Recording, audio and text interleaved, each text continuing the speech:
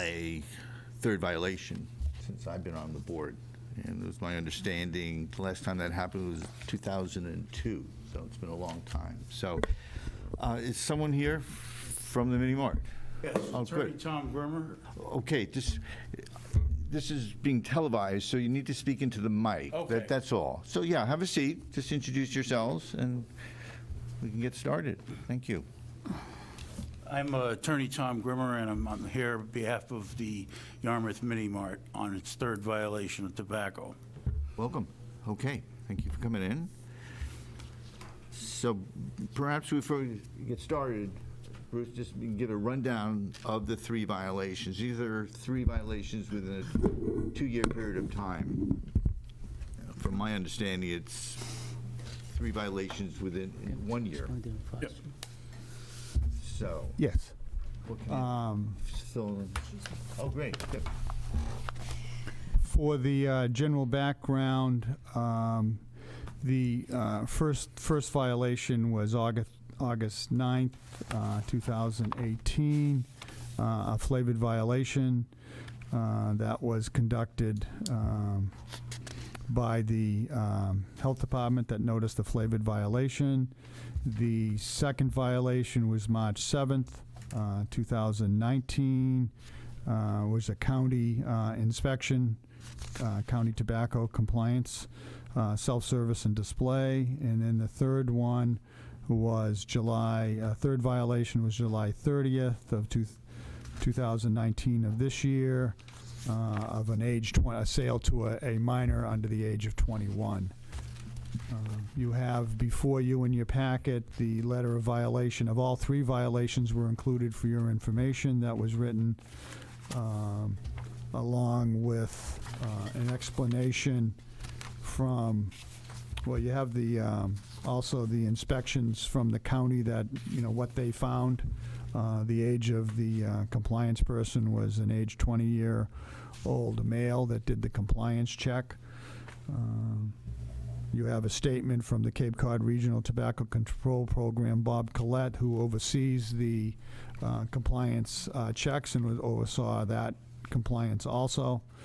He's not available to attend tonight, but submitted a letter of what the overview and the inspection was. And then you also have in your packet the Board of Health regulation on flavored and age 21. Age 21 became effective of July 14, 2014. So it's been over 5 years that we've had age 21 requirement. So you have that in your packet along with the last time the applicant owners were before us for their Board of Health comments also from the Board of Health meetings. Okay. All right. Well, What's up? my client runs mini marts in Barnstable, Mashpee, and here in Yarmouth.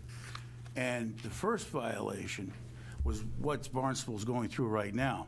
What's flavored tobacco and what isn't? In that case, there was a health inspector that went out and said, "Hey, you should take that off the shelf. It's that's a flavored tobacco." And they worked with people in the town of Barnstable. They're going through that right now.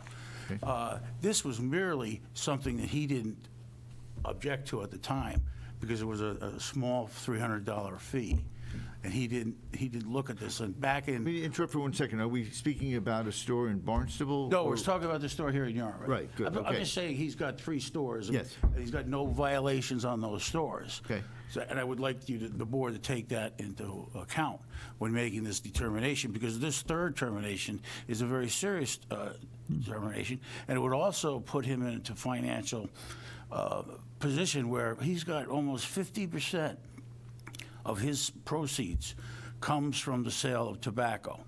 Now, he knows he's got to tighten up his belt.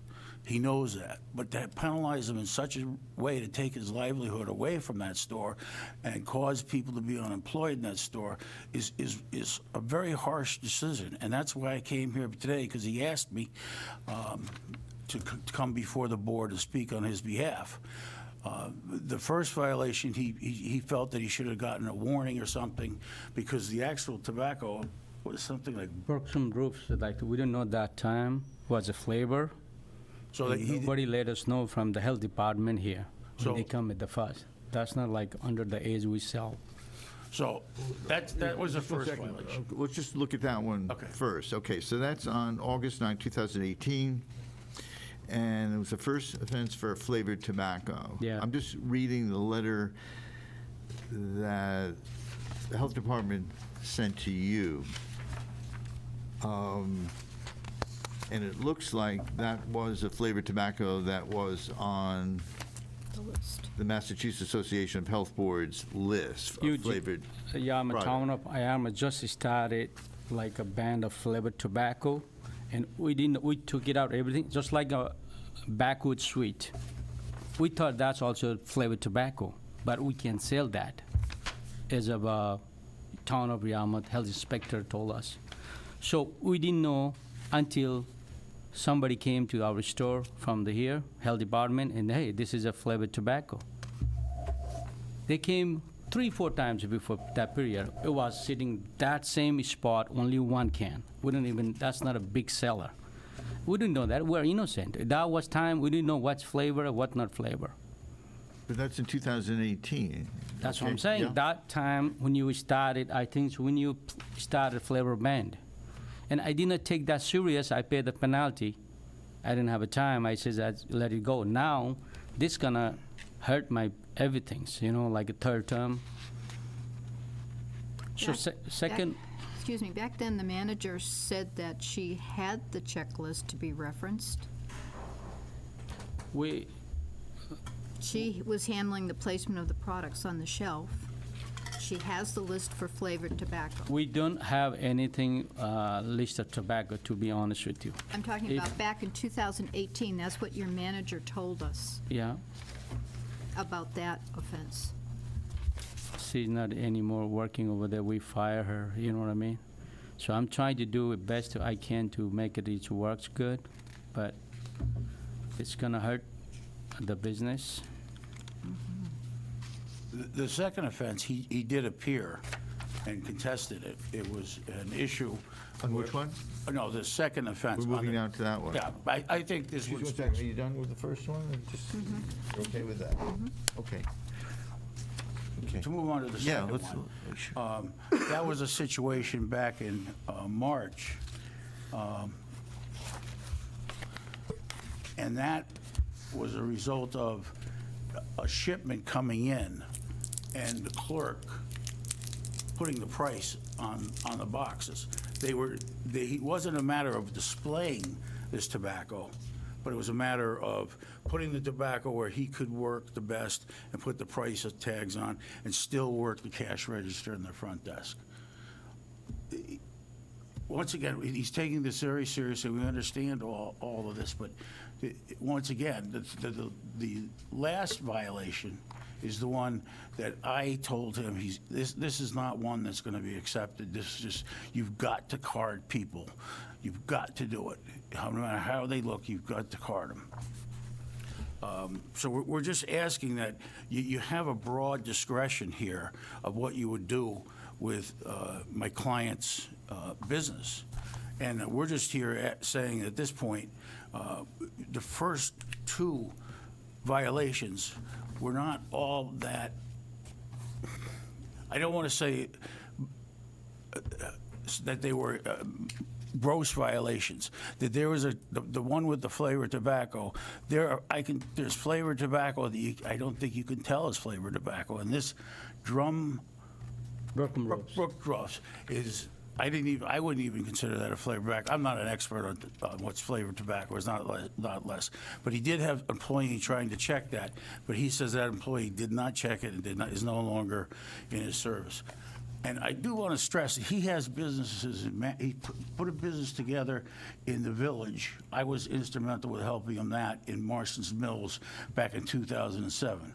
He has no violations for tobacco. He started the one in 2011 here in Yarmouth, and he's got these 3 violations. And he also has a new store in Mashpee, that's 2016, and he runs that store, sells tobacco, and he hasn't had any violations there. Maybe you should bring some of those employees to Yarmouth then, from those other stores, because apparently they seem to know what they're doing. That's great advice. Thank you. We'll take care of that in the timing. Oh, the timing, I think there's a mistake. The report on the tobacco compliance check form indicated it was AM, and the page says PM. Town of Yarmouth says 9:41 p.m. My store is closed at 9 o'clock. Right. So, Yes, that was a typo. That was a typo in my letter, but the inspection does say AM. Right, the tobacco compliance check form Yeah. is AM.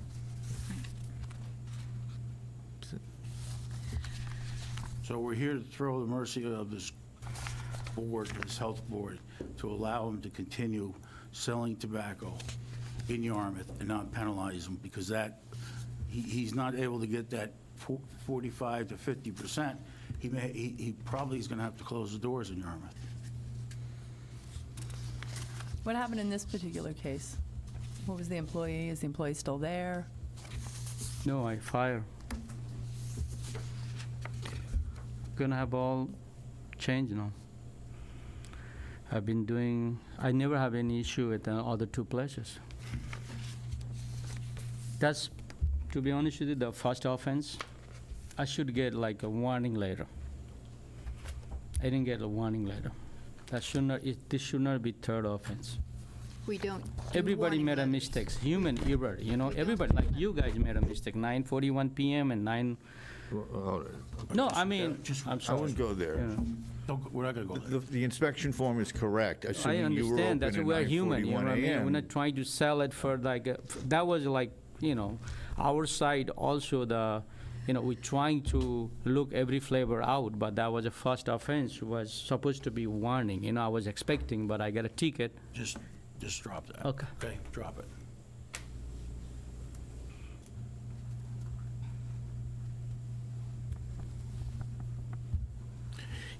It's our town. I mean, Yeah. yeah, I understand you've done a better job of other towns.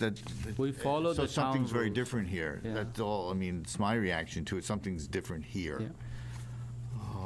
We don't want to be up here with fees and suspending people, revoking. That's not what we're here. We're here basically to enforce the regulations that this town has.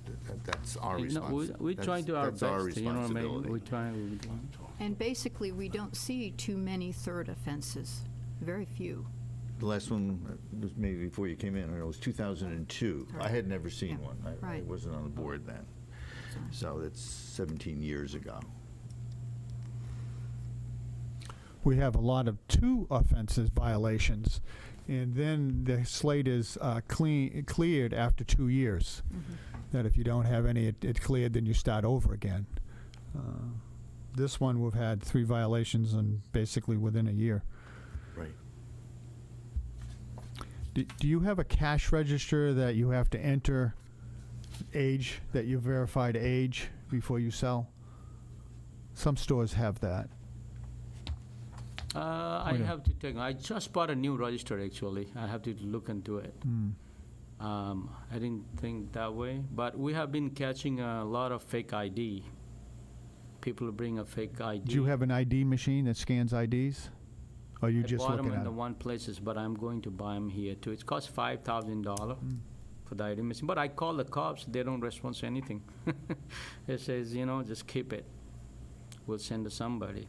I catch them when I was working over there, 2 of them, and I told the guy, this is a fake ID. You want to go? You want me to call the cops? They just left.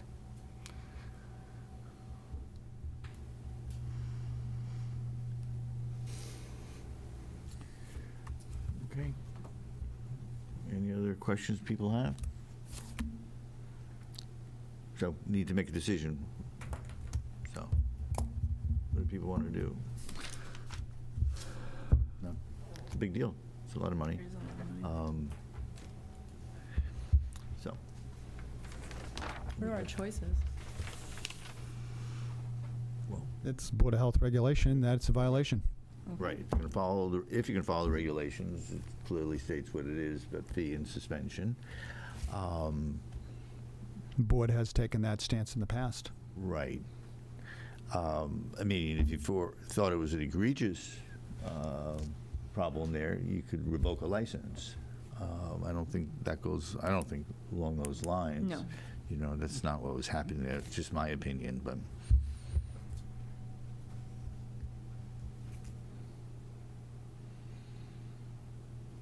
If he had to serve the suspension, would it have to be immediately? Could we choose? In the past, we've chosen, sometimes for the convenience of the store owner, dealing with delivery dates. Right. Sometimes it's when it's busiest, what else? Has to be consecutive, though. We've Yeah. usually allowed somebody to start a week or 2 weeks later, but it would have to be consecutive. Right. We usually have left that up to the store owner to try to make it easier financially. Okay.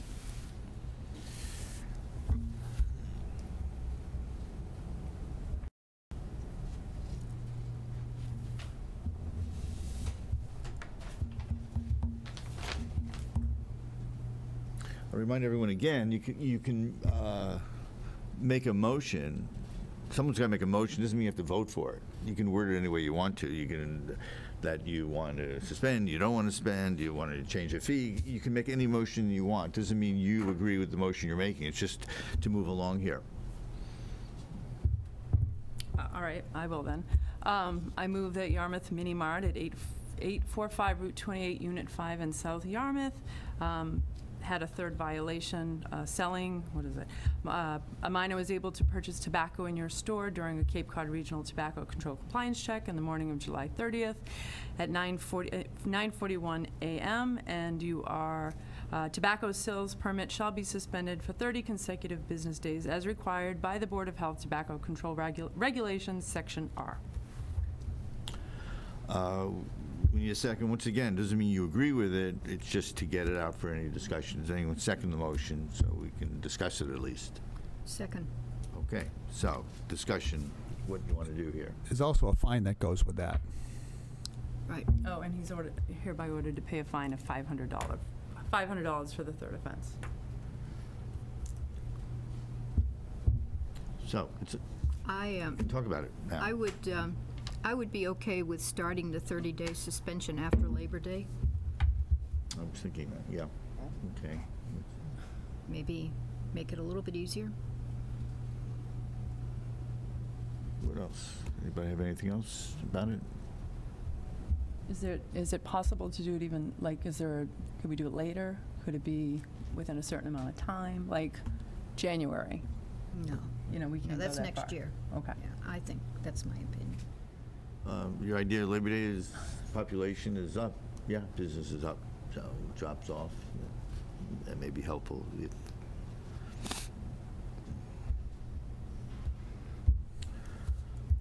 you want to give a date and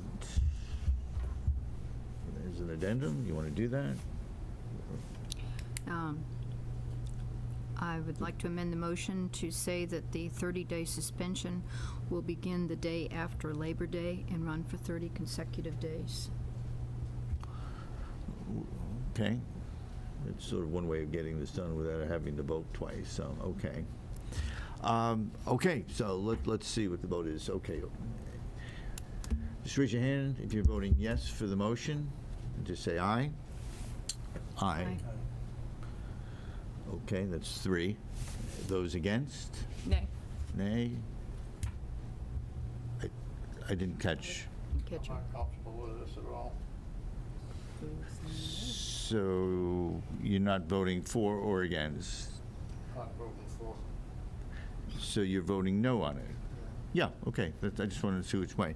So motion passes. It's 3-2. Okay, so that's what it is. So your suspension will begin the day after Labor Day, and that's for 30 days, and there's a fine of $500. I can just tell you, sir, that's not what we want to be doing up here, and it's a major, major issue for you, okay? I mean, financially, I think we all appreciate that. It's our responsibility. It went through as a vote for the regulations and to maintain them.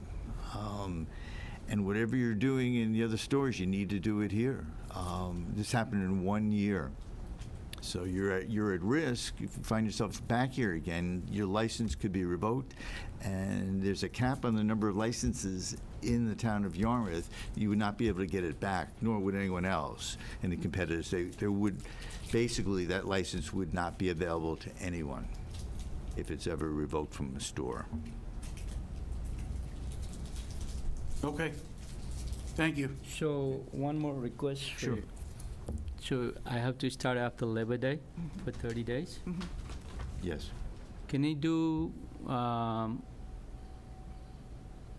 October 1st to end of October? To start on. That will be a slow time for us. That would be helpful. I don't lose any, like, big money. I don't have to close my door. May I request that, please? Okay. So October 1st. I don't think we need to vote on that. I mean, I'm fine with it. I'm okay. Anyone else who voted yes, they agree to that? Sure. You do? Okay, so start October 1st. Sure, To absolutely. end of October? Whatever 30 days is, October Okay. 1st being the first day, so it'll be October 30th, I guess. Thank you. Yeah, absolutely. And he will receive written notice? Yes. We'll receive written notices. The products has to be off the shelves Okay. in the back, not just covered up. Okay. Okay. Sir, think about these registers. It's been helpful to other stores. It means that someone who's behind, the register has to do something actively. There's a reminder they need to do something. If it's not done, the register doesn't function. It'd be a good investment, I think. Yeah, I know. That's why I spent $5,000 for ID check, because I have a liquor over there, beer and wine. And a lot of fake ID coming in right now. I don't know. I never seen. I've been working on the convenience store of almost 20 years Yes. in Cape Cod. I used to work with some other people, but I never seen this much fake ID. Especially summertime. You won't believe it. Massachusetts, Rhode Island, Connecticut, you name it. New York. So that's why we catch them a lot of in the Mashpee. That's why I have to spend $5,000 to be safe. I don't want to get penalized, you know what I mean? Of course not. We try, I'm working hard here too, you know what I mean, but, okay, thank you very much for your help. Thank you. Okay, Yeah. all right.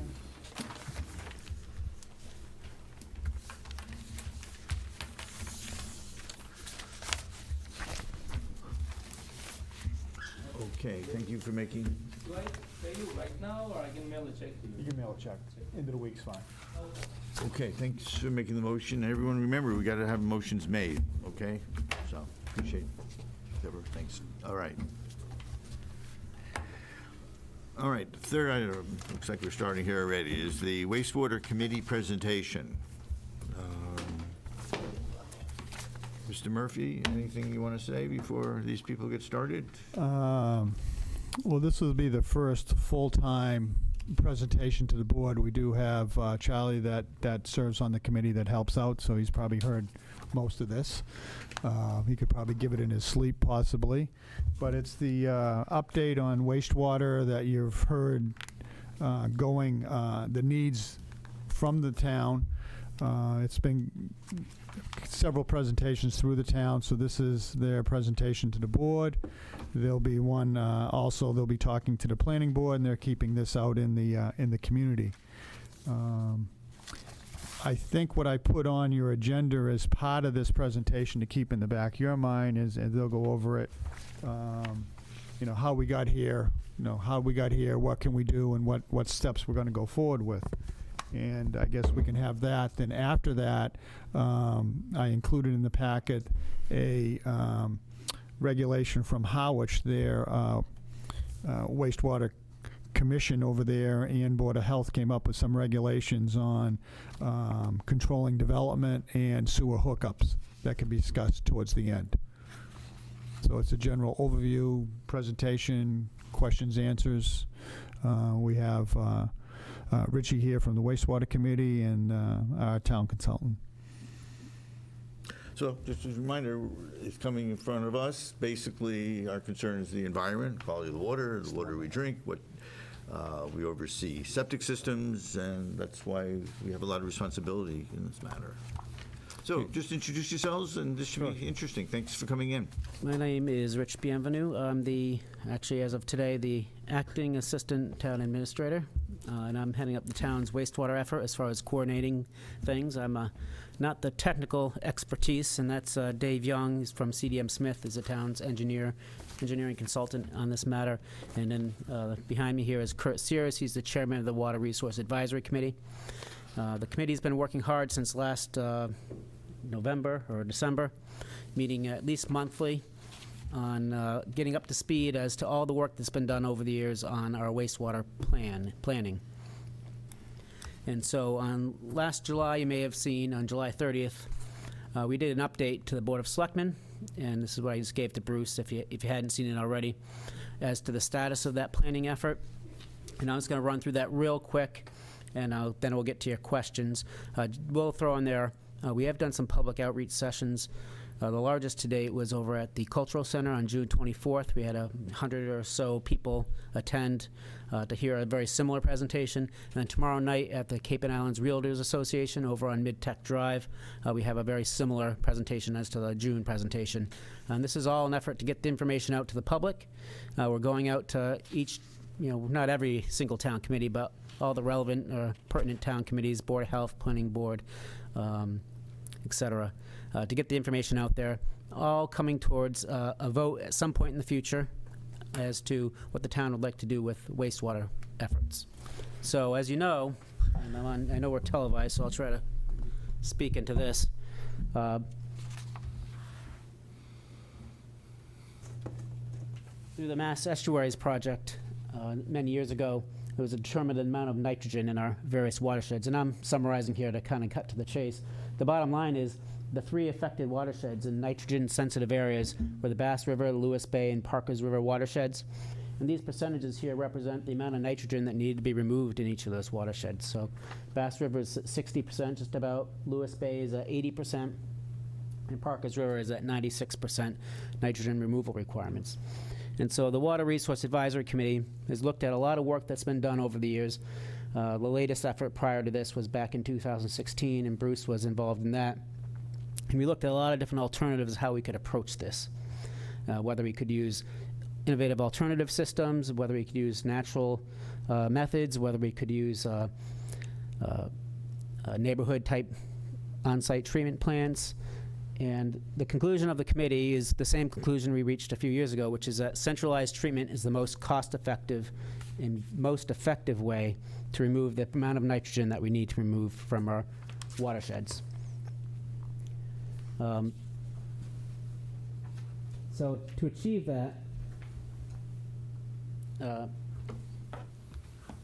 these nitrogen-sensitive areas, we kind of came up with a multi-year plan. It's a real big undertaking with a significant price tag. And what we try to tell everybody is that you really need to focus on the first phase, because there's almost too much to think much beyond that. And the 8 phases that are proposed to cover all those nitrogen-sensitive areas is essentially 1 phase a year, times 8 is 40 years. Is not too much concrete planning we could do over that course of time. And of course, a lot will change. And for example, I probably took my map here off too soon. Just down here in Parkers River, you may be aware of a bridge widening project for the Parkers River Bridge. In that one project alone, we're anticipating that because of the increased flushing of the Parkers River, that's going to decrease the remaining nitrogen removal requirement from 96% to somewhere around the 70%. And so there's a lot we can do other than sewering, and to the extent we can do that, we'd want to do that. And we might have other opportunities throughout town to do so. But we don't think that we can achieve what we need to achieve without that central sewer. And our first phase is the Route 28 corridor. And right now our planning is focused on a Yarmouth-only option with a treatment plant located on Buck Island Road. And we are deep into conversations for almost 2 years now with Harwich and Dennis, what we call the DHY Community Partnership, Keep that microphone close there. and looking to make sure that we can achieve essentially the same results but at a lower cost alternative by approaching this on a regional basis. In addition, we are also exploring opportunities with Barnstable.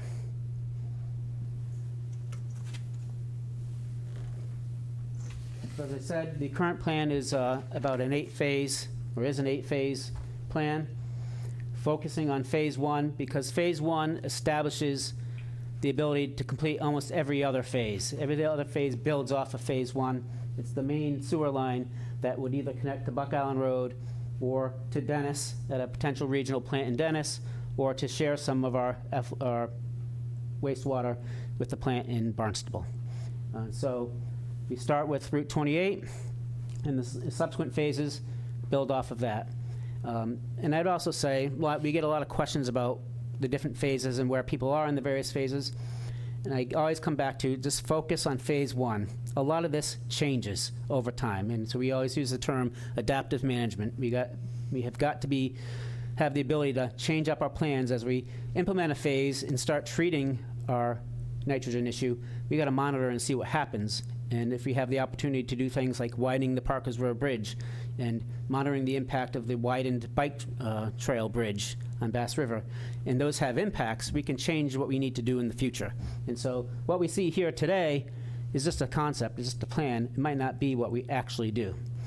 And some of the experience that we've heard about anecdotally from other towns and through CDM and Dave over here was a lot of times there's some resistance about starting the program.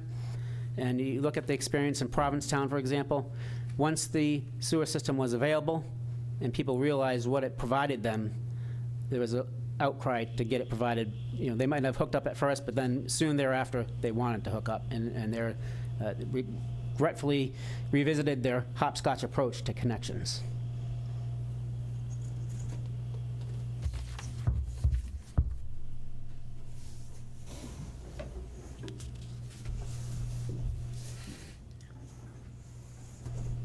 I just wanted to put this map up here.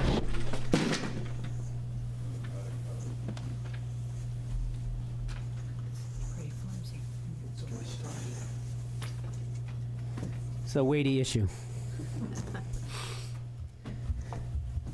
This map here reflects a potential regional opportunity we have with Harwich and Dennis, which is one of the key efforts we've been participating in. There's a working group of member of the Board of Selectmen, member of the Water Resource Advisory Committee, who's been Kurt, myself, the DPW director, and the town administrator, going to our counterparts with Harwich and Dennis and having periodic meetings, mostly monthly, to see what we could do about joining a DHY regional partnership and address this as on a regional basis. And we think it has a lot of merit. There's a lot of benefit to that, and we're fleshing that out now and what that might look like. The most important step to complete at the moment is it required special legislation, and we just got word that that legislation has cleared the House as of today and goes to a vote in the Senate and ultimately for approval on the governor's desk. And what that does is it allows the creation. Each of the towns still need to finalize an operating agreement that kind of dictates and governs on how that arrangement would work and how we share costs, things like that. And ultimately, through that process, at the end of it all, when we come to agreement on a final document, it has to go in front of our Board of Selectmen and our town meeting for final approval. And so this shows the various phases in each of the 3 towns. And Dennis and Harwich were very amenable to working with Yarmouth and changed up their phasing to match up with our phasing. So each community has 8 phases, relatively going online at about the same time, so we can coordinate our efforts at a central treatment plant, which is contemplated to be located at the DPW site in Dennis. And so under this alternative, instead of sending our wastewater to Buck Island Road for treatment and discharge at that Buck Island Road site, we'd be sending it to Dennis, treated in Dennis, and bringing back the treated effluent back to the Bass River Golf Course, which has been identified as one of the effluent discharge sites.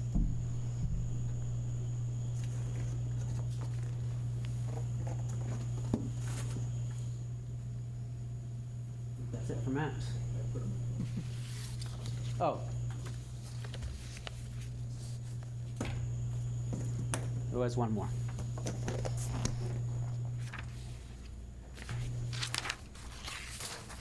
As we've gone out and done a lot of public outreach on this, and especially at our cultural center event, and a lot of one-on-one meetings with various people,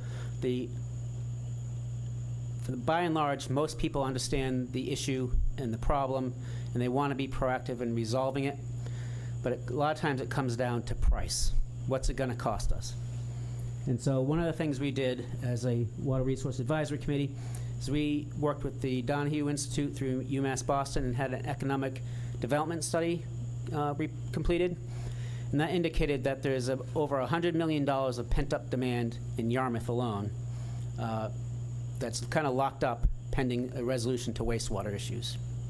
And as Kurt always says, the number one reason we're doing this is for nitrogen removal in clean water, in drinking water. But the economic benefits of it help to pay for it. And so roughly $100 million of pent-up demand, that would generate over $1 million a year of new taxes to the town of Yarmouth. Yes. Pent-up demand for what? Redevelopment of properties along Route 28.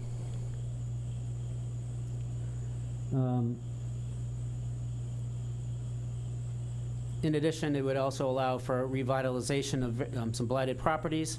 A lot of these properties are constrained because they have on-site treatment systems that take up a lot of the area of the parcel, and they can only expand to so much capacity, and that's kind of the same story we hear over and over again.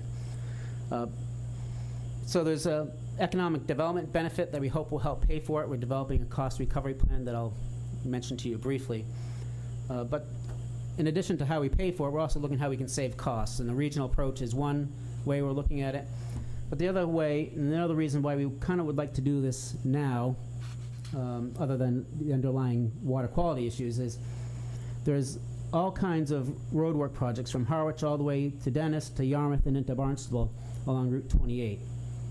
And once the state completes that project, they have a 5-year moratorium on opening up the road to do further work, which means if we don't contemplate and complete our work in conjunction with those projects, we're going to have to wait even further to complete the projects. And my estimate was some point after the year 2030.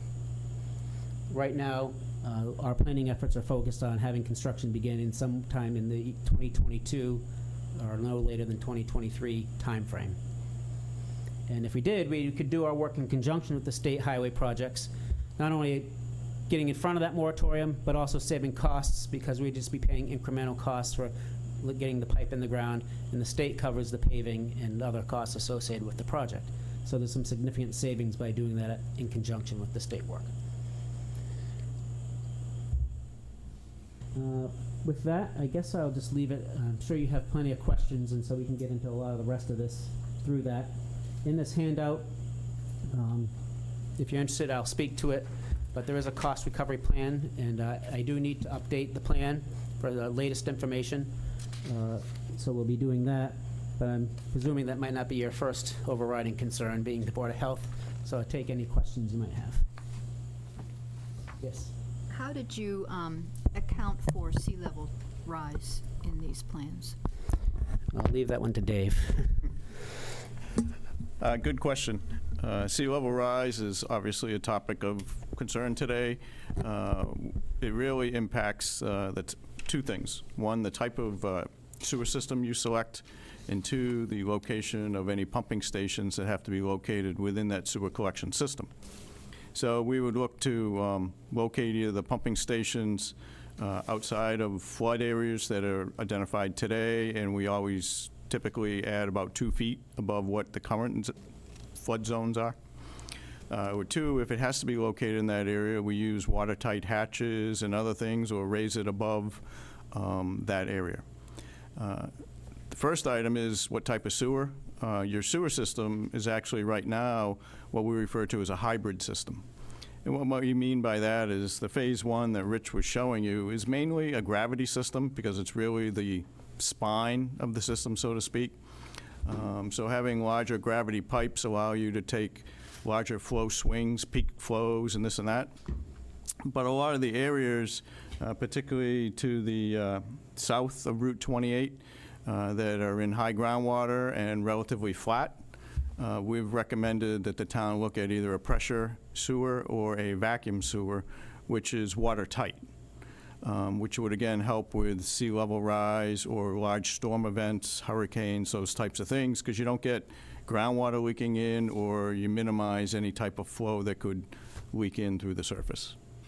That would increase the price to have to put some of those. No, there are trade-offs, and so that's why there actually are gravity, pressure, and vacuum currently proposed in the system, all to be determined again going forward, but we've tried to maximize the benefits of each of those three in the areas we've recommended to date. Okay. Good. Thank you.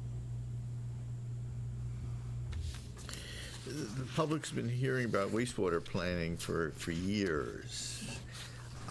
So it gets confusing. It does kind of get saturated with it. I'm with you. And so what's different now than 2 years ago? What has happened in the last 2 years of progress on this, do you think? Well, I think just generally, first of all, there's a lot more awareness to the issue. People realizing the nitrogen issue.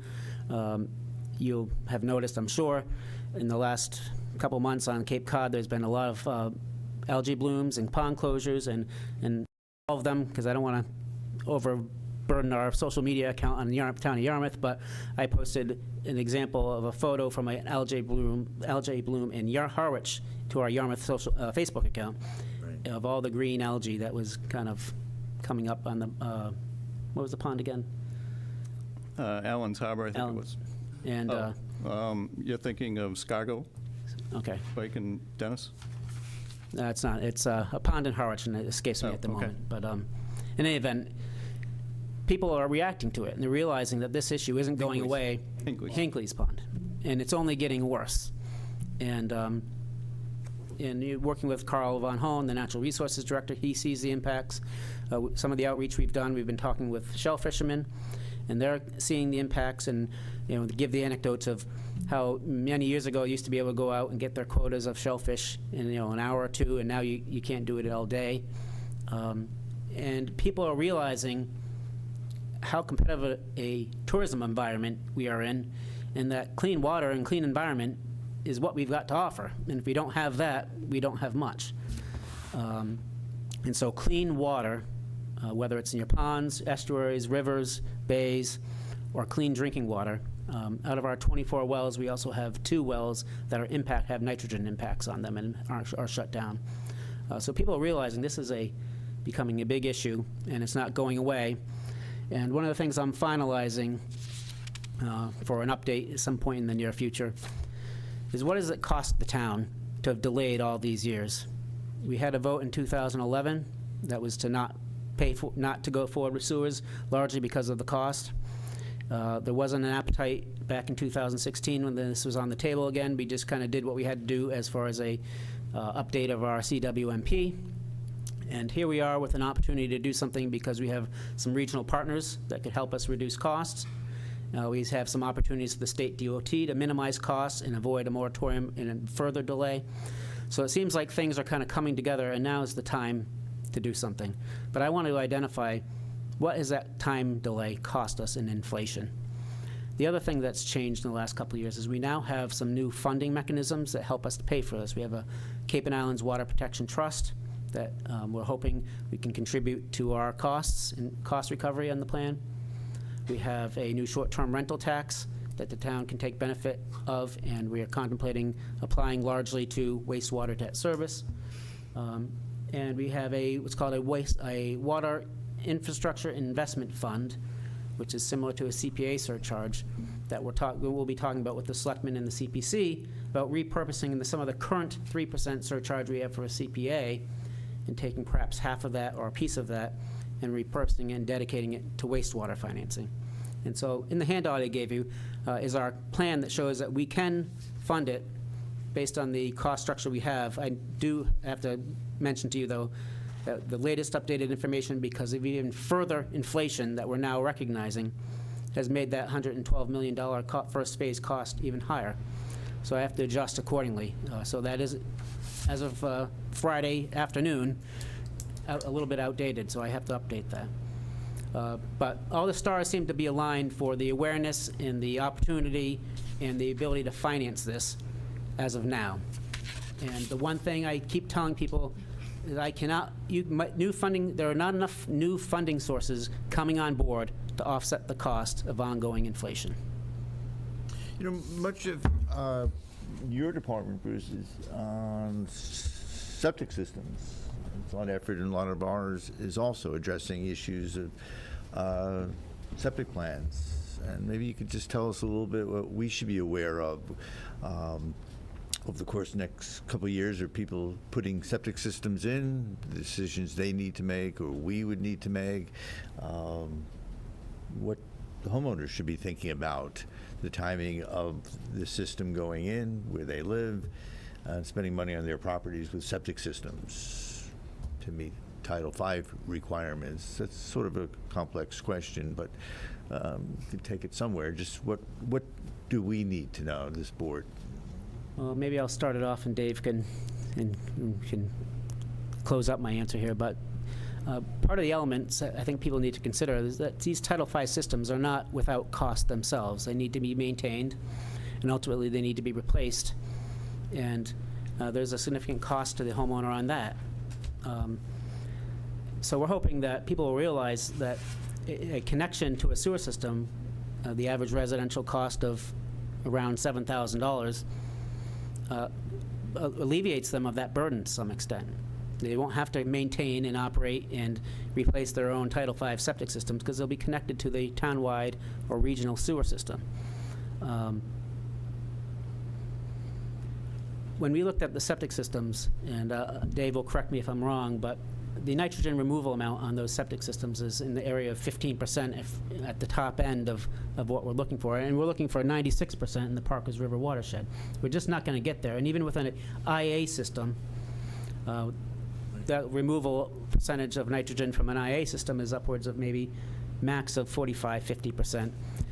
And those are systems that become very expensive. And one of the things that we talk about when we did some public outreach, some of the feedback that we got when somebody asked the question, why can't we just do IA systems throughout town? And one of the other people in the audience said, well, can you imagine what kind of town it would be if we had, just figure Captain's Village, these tiny, small parcels with houses on them, all having either above ground or mounted IA systems installed on their property. What type of community, what kind of neighborhood would you want to live in? And that's assuming that they all maintain them the way they're supposed to be maintained, and they don't have smells associated with them, and it becomes an expensive proposition. But roughly, on this map you see here, the shaded parts being the nitrogen-sensitive areas, that represents about 10,000 homes in Yarmouth out of 15,000. So this isn't a small percentage of the Yarmouth population. This is about 2/3 of the Yarmouth population would have to do something. And is it reasonable to expect that 2/3 of our citizens on their own would either have to do further work on their Title V or upgrade to an IA system, as opposed to at significant cost personally, versus working as a community and getting a community-wide solution with a central treatment system. So, Dave, I don't know if you have anything to add. Yeah, no, the other sort of transitional issue that you'll be wrestling with, and I know there were discussions that started many years ago, but that's if someone puts in a new septic system and, they're paying $20,000, $25,000, but they're located in phase 1 of the sewer system, they will be required to connect. And right now, most communities are adopting that within 1 year or 2 years. But some are saying, well, if someone just put in a system and, there's 2 ways you can go. You can give them some waivers, knowing that they will be connecting in that period. So instead of having to put the new system in, they get some waivers and address the real issues. Or they put the system in and you come up with a policy that allows, well, if it's a new system, maybe they get 5 years to connect or something like that. I don't know if was there ever a policy adopted? There was back in 2011, right? I think. Might have been earlier. Yeah. Earlier. So you've already started some of those discussions. You need to go back and look, though, because for nitrogen removal and to meet the DEP requirements, you will have to come up with a policy that requires people to connect. It's not an option. It's the only way you're going to remove the nitrogen. And the second part is you're really transitioning from being in the business of making sure the Title V system meets setbacks, meets the soil conditions for percolation, leaching rates, correctly sized, all those things above the groundwater table, to addressing nitrogen. It's a different ballgame. And that nitrogen will leave the leaching field in the liquid portion, go down into the groundwater table, and daylight in either a nearby freshwater pond, which would be a concern for phosphorus, or the saltwater estuaries, which is the concern for the nitrogen. This plan, while it's a little bit of a misnomer in that, yes, the focus is on wastewater, really does address, as Rich said, the saltwater estuaries for your water quality there, but it also addresses your freshwater ponds, and it addresses your drinking water quality. We've reviewed all your drinking water wells in town, and yes, you have a couple that have probably higher nitrogen levels than any of the other wells I've seen on the Cape. But the good news is you have enough wells that the towns minimize use of those. So your drinking water is perfectly safe, but you have shown impact on those wells, which shows from the nitrogen. So there are those types of issues that will come about. It's not something you need to decide today. But clearly, from the time you start designing a 2-year period and constructing over a 2 to 3 year period and getting that area connected, you're 5 years out from phase 1 right now. So you've got that period to address those types of issues. But the big one that I've seen is really the addressing someone that has to make changes now versus knowing that they're going to have to connect within that first year, so to speak. What's the discussion been on people who are living paycheck to paycheck or on fixed income? And their septic systems are doing okay and aren't going to be able to write a check for $7,000 to hook up. What's the discussion about that? Obviously, it's an important one in this town. Recently went through that in the town of Harwich, which starts construction actually in the field this week on their first sewer program. But they've had the Barnstable County septic system folks come in and talk, and they said that they're willing to fund the house connections through that septic system program. The town actually also authorized a little bit more money, knowing that there may be a sort of flurry of those folks on that system to do that, and the Barnstable County administrator said that they would help them. So they're essentially putting more money in that bucket, but Barnstable County administrator will still do all the paperwork and everything for that. They had some bankers come together on a forum and talk about doing very low interest loans to help folks do that. So, the communities are trying to do everything they can. Typically, too, if a community or if you qualify for waivers for certain items, taxes and what have you in the community, they'll also give you that waiver for that until the house is sold. So there's all those types of programs that you can look at doing to try to minimize that component. Thank you. The one-time $7,000 hookup charge, what would be the ongoing fee for households for sewer? And would it affect the property taxes? Would that be incorporated into the personal property tax or the house property tax? So right now, on the handout that you have, we had a cost recovery plan on the estimated $112 million, which we need to update now.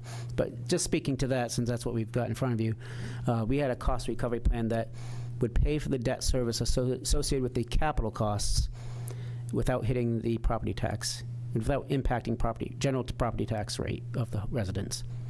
So then the next question is, what's it cost? And we had envisioned a sewer rate similar to a water rate, and that is an area we need to complete some work. One of the things we'd like to do is look at the water usage of all these Phase 1 properties and determine what various fee structures, how they would impact the various property owners along that Phase 1 route. But we have some opportunities. One of the things we're contemplating is we account and finance our water system through what's called a water surplus account. We also have a septic treatment plant that's in a separate enterprise fund. And if we were to move forward with some wastewater planning and stormwater planning as well, we're looking to consolidate all those into a water resource enterprise fund where we could set rates on all those items and recover costs within that fund and to hopefully pay for it on its own. But as we do look at it, it would be, I'd have to be forthright and say the first phase is usually the most challenging on the operating rate because you have to ramp up your users first, get the flows in, and then you got to contemplate are all those users on phase one sufficient to pay for the full costs because they're bearing the full cost of operating the plant as well. And so the first phase will be challenged, but we had committed in the past to a average residential rate, I think, of around the $650 range. And so we got to do our planning to see if we can still come in within that range and pay for the full operating costs in phase one of the collection system and the plant. So that's still to be determined. What about the north of Yarmouth, north of 28, the area that has no gray? I mean, we have wetlands and marsh and the harbor bay. So maybe Dave can speak to this as well, but this planning effort represents kind of what we have to do based on the nitrogen-sensitive areas and the percentage removal, nothing more than what we had to do. I should have one caveat. Our first phase did include a little bit of South Shore Drive, which isn't necessarily something we have to do because it discharges directly into Nantucket Sound. But that being said, we have already heard from folks, for example, over on Kings Way, who are very interested in connecting up to a sewer. And so to my point, we kind of have to focus on phase one because everything else will reshape itself after we complete that because there'll be a lot of timing issues. Yeah, we might be able to accommodate Kings Way, but they're contemplated to be adjoining phase 8, which is 40 years from now. So we can't really speak to that now. So I guess my larger point is once we get a program started and we have a place to treat our wastewater, what we've heard and seen in other communities is that people started asking for it. And so these phases past phase 2, past phase 1, phases 2 through 8, really are going to need to be fluid depending on our ability to pay, the desire of those neighborhoods to want the wastewater, and those who are asking for it. And so we would expect that those that don't have it probably are going to want it sooner than what we're planning to give it to them, and we'll have to accommodate that and figure that out as that arises. So is 6A not included in the plan? Well, at the moment, no, because it's not in a nitrogen-sensitive area. But as we move forward in the plan, I would expect that we will have those discussions. It might not be me or you or any of us in the room having those discussions, but somebody will be. Yeah, no, it's a very good question. The marshland areas actually take up nitrogen, so that helps.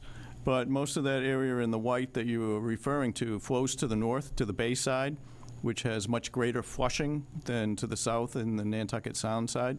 And the estuaries, the Parkers River, Bass River, those are the ones that you're real concerned about because they have a longer residence time. They don't see nearly as good a flushing as you do in Nantucket Sound or the Bay, and you don't have those conditions up on the north side.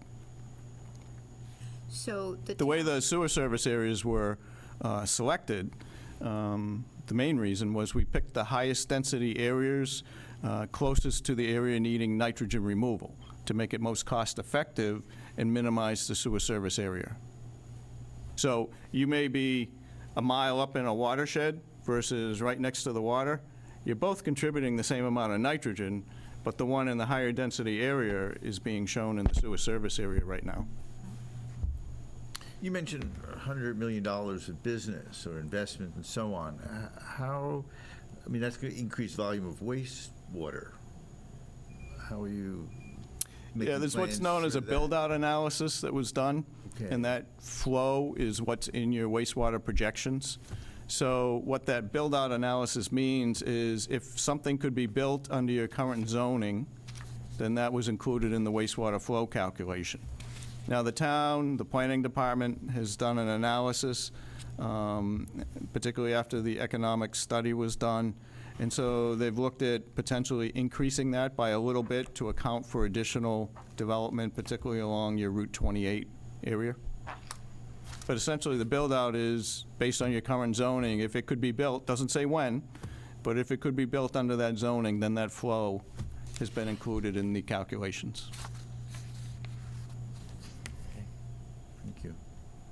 So is the only way this can be brought about is for the citizens of Yarmouth to approve it in a town meeting?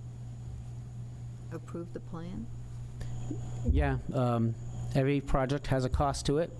We have a financing plan to pay for it, but regardless of the financing plan, it still requires an appropriation and an issuance of a bond, and those are both requirements of having a town meeting vote and potentially a ballot vote. The state has no authority in this regard, where No. Yarmouth is told they have to do something?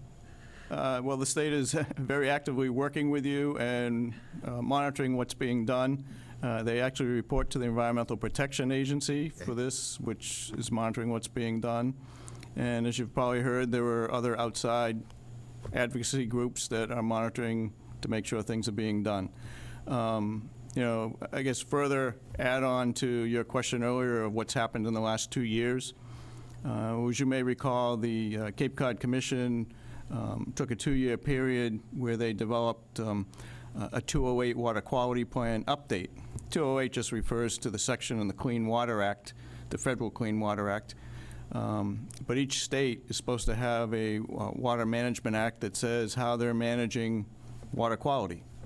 So Department of Environmental Protection gave the commission a few $1 million to update the plan for the Cape. It was focused on nitrogen. They did it over that 2-year period, and as part of that, they have collected the plans from all 15 towns here on Cape Cod, and they had to wrap that into a report that they've submitted to DEP, who submits it to EPA, and each community updates it on an annual basis. And what your plan essentially says is what's in your comprehensive wastewater management plan, which is the summary that Rich gave you, along with timelines. So the state regulators, the federal regulators, and advocacy groups are all monitoring those timelines. Thanks for the answer. So when the sewer line is put in, you just have a lot of land that's got septic systems underneath it that are just no longer functioning, right? I mean, they just sit there? Well, there's a requirement under the Title V regulations how you have to go about abandoning them or removing them. So you would follow those regulations as part of any house connection. And just to further add, you know, Rich gave the number of 7,000, which is a typical number. You know, we often give a range of 5 to 7 because it truly does depend on each individual lot owner, whether you have something in your basement that is pumped up into your septic system now, whether it's low, higher than the street, all those conditions come into play. So I don't want everybody to say I have to pay $7,000. You might be on the $4,000, but someone might be on the $10,000.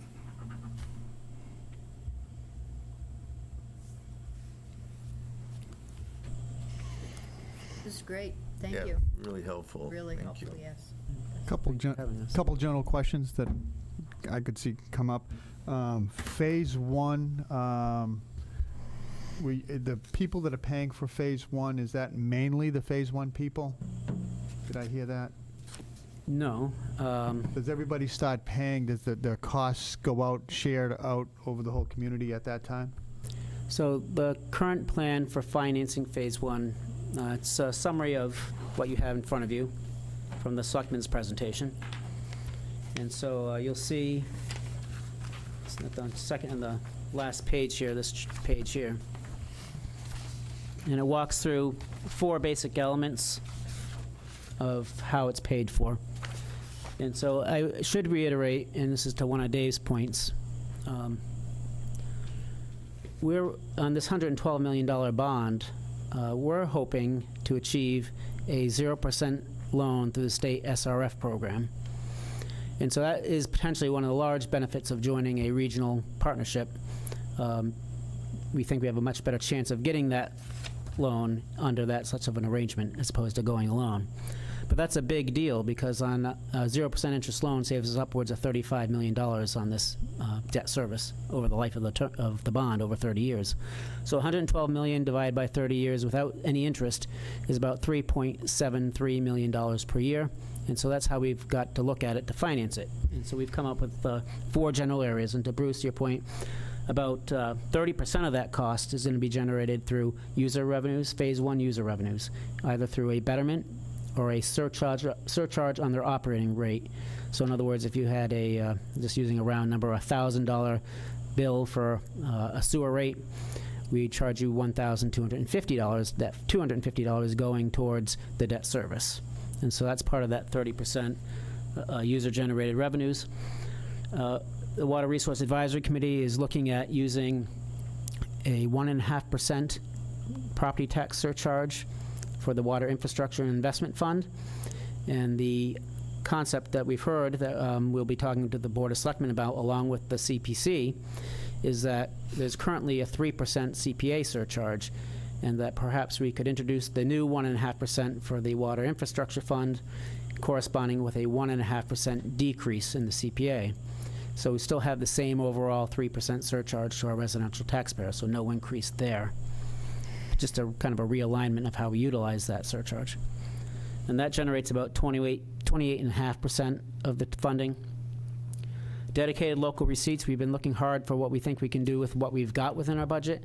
And we do have coming online some solar projects this fiscal year that we're hoping can generate up to upwards of $125,000 of budgetary savings in our electricity. And so to the extent we realize that, we want to repurpose that within our budget to go towards wastewater funding. And that in conjunction with the new short rental tax on Airbnb and private rentals, where the town is now collecting that 6% local option tax on those, whereas in the past it hasn't. That represents new revenues of about $570,000 is our current estimate. So that provides about $695,000 total, or about 16.5% of our funding. And then the final piece is the Cape and Islands Water Protection Trust. As you may recall, with the short-term rental bill, not only did it tax the private rentals in addition to the hotels and motels that had always been paying, but it also introduced a new 2.75% tax on all of those. And that 2.75% goes to a new entity called the Cape and Islands Water Protection Trust. And they've had 2 meetings. Each town of the 15 towns on the Cape have a representative, and they're going to determine how they have to, in accordance with the law, equitably distribute that money.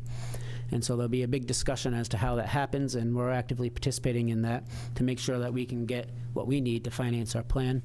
But we're planning and pegging 25% of our costs, or $933,000, out on that trust.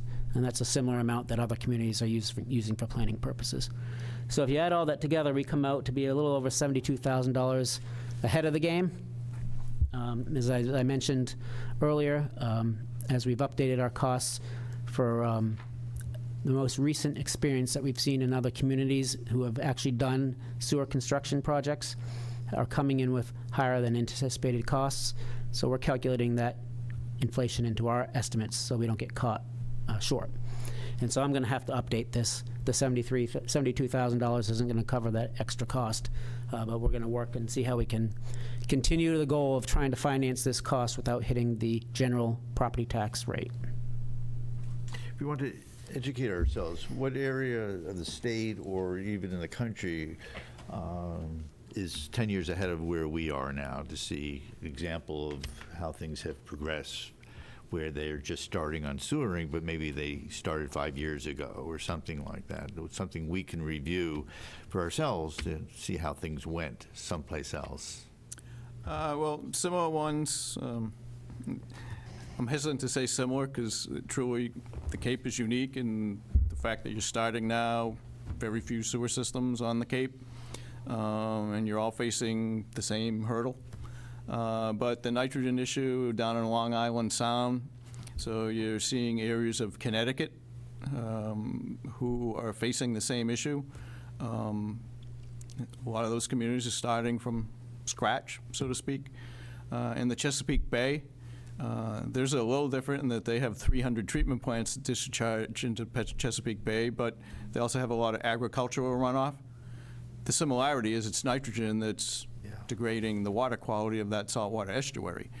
The sources are a little different.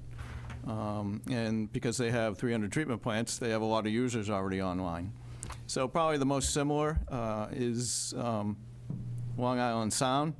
But as we were talking prior to the meeting, there are actually several areas in Florida now who, you've probably read about the red tide and other algae blooms impacting particularly the Gulf side. Back a couple years ago, there were several ocean outfalls because they had a lot of what they projected as good flushing out along their shorelines. So they actually discharged out in the ocean. They've abandoned that now and are requiring all the communities to get rid of their ocean outfall because of the nitrogen issue. So a lot of those communities are sewering now and treating the nitrogen prior to any land recharge, or they mandate actually the use of what's known as reclaimed water, similar to what you do at your Baby Hills Golf Course. You use that as your irrigation source water, which is what we want to try and do here as part of these programs as well, because you treat it to such a high standard today to remove the nitrogen, you need to treat it as a product, not as a waste material. So those would be the ones I would Thank you. recommend. How are the businesses responding to this, the motels and the larger facilities? I'd say I have, without a exception, it's been very positive. None of them want to be in the on-site septic plant business. It's very expensive for them to maintain. It's very expensive for them to install, sometimes to the tune of hundreds of thousands of dollars. And just so as a sensitivity test of the whole thing to them, I contemplate with them when I speak to them the following question. How would you feel about having to pay a $300,000 betterment to connect up to a municipal system? And then, at first they think about it for a second, and they said, oh, by the way, our debt service is at 0%, so our interest to you would be very nominal, 1 or 2%, and it would be over 30 years. And so they do the math real quickly. $300,000 paid over 30 years, is 10 grand a year versus what they're doing now. And some of these larger facilities are paying over $100,000 a year to maintain on-site treatment systems and investing over $500,000 or more to install them. And so the alternative is very attractive to them, and it would free up a lot of space on their site to develop the site or to utilize it for a better purpose. And the residents that you're hearing from? That's a little bit more, runs the gamut a little bit, but like I said earlier, by and large, I think the vast majority of people realize we have a problem, and they're very concerned about the water quality, drinking water, and being able to enjoy, Bass River or, Lewis Bay. They don't want to see these algae blooms. Dave has a great slide that he shows at the presentations that we're going to do tomorrow of the eelgrass, and shows kind of how it's changed over the years. Just last week, I had about a dozen people or so show up at the pavilion down here at Bass River, regular citizens, and with the basic question, we filmed them through the Media Center just to get their perspective and to do a little promotion on the topic. And the basic question is, why is water quality important to you? And we got all kinds of great responses. So I think it's important to a lot of people, and it kind of always comes down to the basic question of how much is it going to cost me. And so that's why we're working really hard to have this not on the property tax rate. And to the extent that it is on an individual homeowner, Dave mentioned working with the county septic loan program to fund hookup costs, for example, for those that would income qualify. So we're trying to make it as neutral as possible. Of course, there'll be any number of one-off circumstances, but we're trying to really minimize those. And the cost of not doing it. I mean, I know you're putting all of that together in terms of economic development and increased construction costs and the federal government intervening, all kinds of issues. Yeah, one of it, and we hate to use it because we'll get accused of using scare tactics, but people are watching, and is the potential threat of ongoing litigation. There's been some private property owners sued in Harwich related to discharge of sewage into Pleasant Bay. And so we're mindful of that. And what we're afraid of, really, is to qualify for the SRF program where we could get, hoping a minimum of a 0% interest loan, but potentially up to a 9 or 10% subsidized loan, depending on our qualifications when we apply. But in order to be eligible for that, we can't be under the threat of lawsuit or mandate. And so that's always, we don't like to play that, but that's always kind of out there in the back of our minds of, this is another reason why we'd rather own our destiny and control what we're doing and phase it in the way we want to phase it in and make our own local decisions as opposed to be told how we have to do it. That's probably a very good point to emphasize Yeah. Can you for talk? people here. Go ahead. Could you talk a little bit more about potential discharge sites? You mentioned that you want to treat the byproduct as a product, not a waste product, and potential use for using the reclaimed water for irrigation purposes, maybe for large water consumers. Sure. Or agriculture or turf. To follow up on what Rich indicated earlier, the wastewater treatment plant, if you do it as part of the DHY Clean Waters Partnership, would be located in Dennis near their DPW site. There'd be a small effluent recharge site there, but then the first large one is proposed to be at the Bass River Golf Course. Put it in leaching fields beneath fairways, and you currently have a well there, so you'd pull that groundwater out of and put that into your irrigation system. Has very low dosages of nitrogen, which is beneficial to growing the grass. It's actually been studies that have shown that if you give low dose of nitrogen to crops, grass, you ultimately use less, particularly commercial fertilizers. So that would be a cost savings offset to the town. That's similar to what you're doing now at the Bayberry Hills Golf Course, where you're using the treated effluent from the septic treatment plant. As I indicated, there are many states outside of New England where we used to be thought of as very not having any drought conditions, had more than enough water, which is sort of no longer the case. But in states like Florida, California, Texas, it's mandated that you do those. One of the other potential options is to look at truck washing facilities for either DPWs or lots of times FedEx or UPS or any of those large trucking companies. They will use that if it's available to them. So once that product becomes available, you'll start to find potential uses for it along those lines.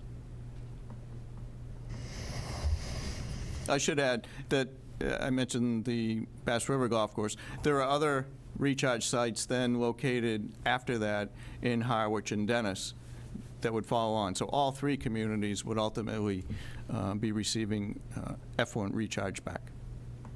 And that frees up the Buck Island Road site that you would either have as a backup should you need it in the future, or potential discussions with the town of Barnstable.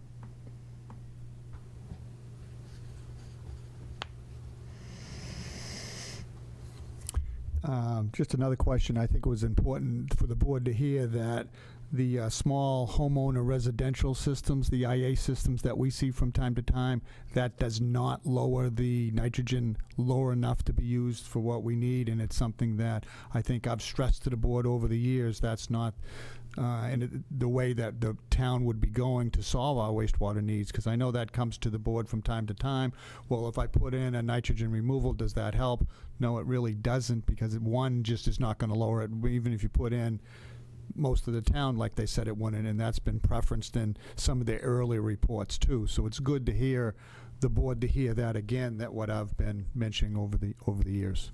So I guess on that point, and Bruce, you have the expertise more than I do, but as I understand it, there's also a concern, and we hear it from the Water Resource Advisory Committee, a lot of these properties that would have to put in IA systems are used seasonally.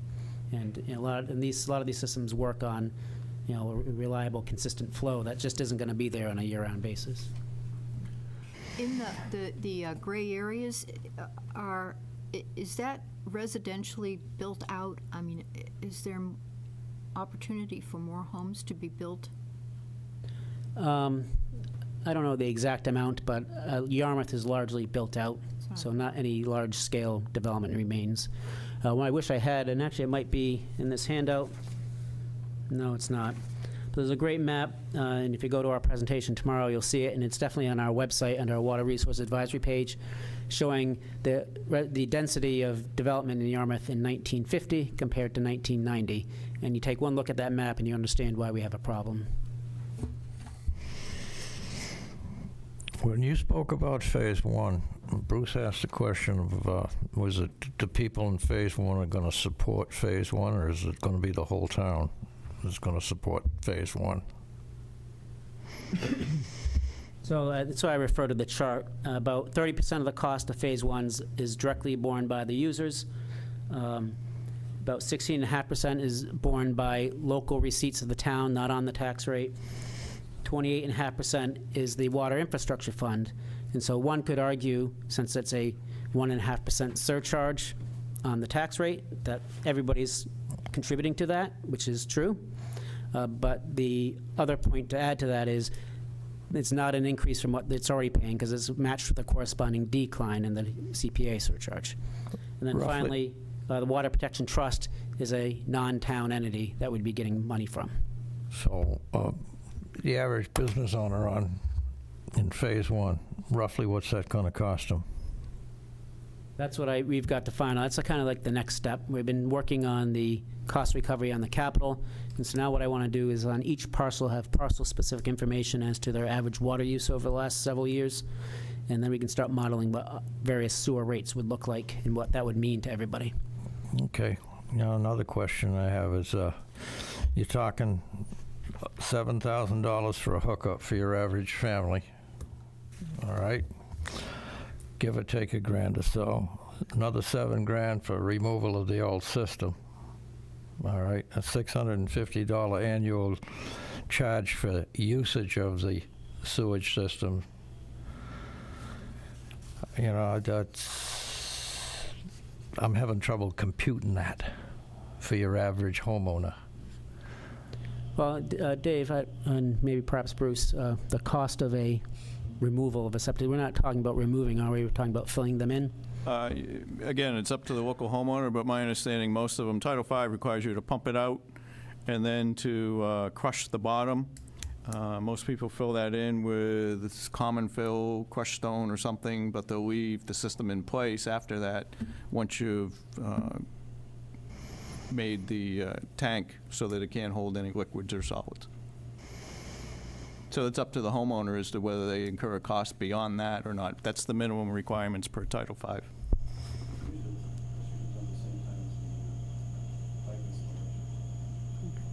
Yes, it has to be done when you're doing your house connection or shortly thereafter once you switch over to using the sewer.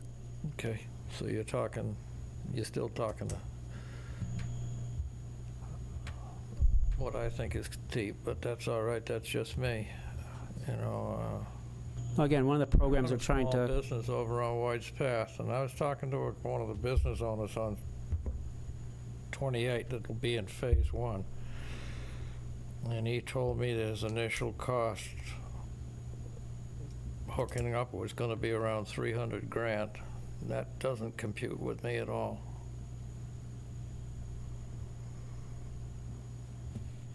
I don't know where that number's I coming have from. no information on that. Tell them, come talk to me.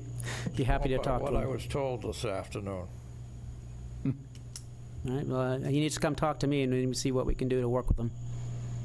But we can't work with anything I don't know, so.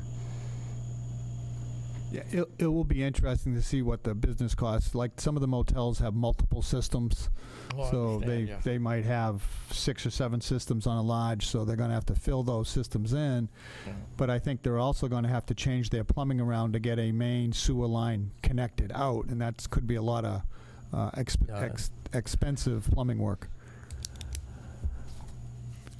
Yeah, there are several that have multiple systems on their own lot, right? So they'll going have to different connect them all. directions, Yeah.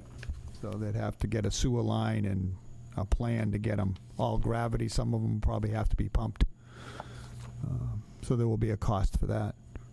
most of the, matter of fact, probably all the people I've heard from in the business community, I'm not saying they're not out there, and we'd love to talk to them to get what the concerns are so we can address them. But for almost to a T, everyone that I've talked to, a commercial property owner on Route 28, it hasn't been a question of how much, it's been a question of when. When can we do this? And so I'm sure there's people out there, but we haven't talked to them yet, but we'd like to, so. So I think when you're also looking at your next step of looking closer at Route 28 and what their water flow would be, is if the board looks at granting extensions for hookups to 4, 5, or 6 years, if that you take that number out, because there's a couple restaurants that might have high water usage that wouldn't be paying for the first number of years, if that scenario's looked at. Yeah, that's why we need to model a specific site-specific model so we can run those calculations, yeah. Yeah. Did you put your plug in for signing up for your water resources? Oh, yeah, we have a mailing list. So if anyone's inclined to want to get more information and stay up to date on what we are working on and when the meetings are occurring, because we would like the feedback and the public participation. It's an important decision. It's potentially an expensive proposition for a lot of people. So you should participate. And if you go to our website, there's a link on the town website right on the home page that you can click, that you can put in your email, and you'll get the email updates. And there's also on the back of this handout that was at the Selectmen's meeting, which is also on our website.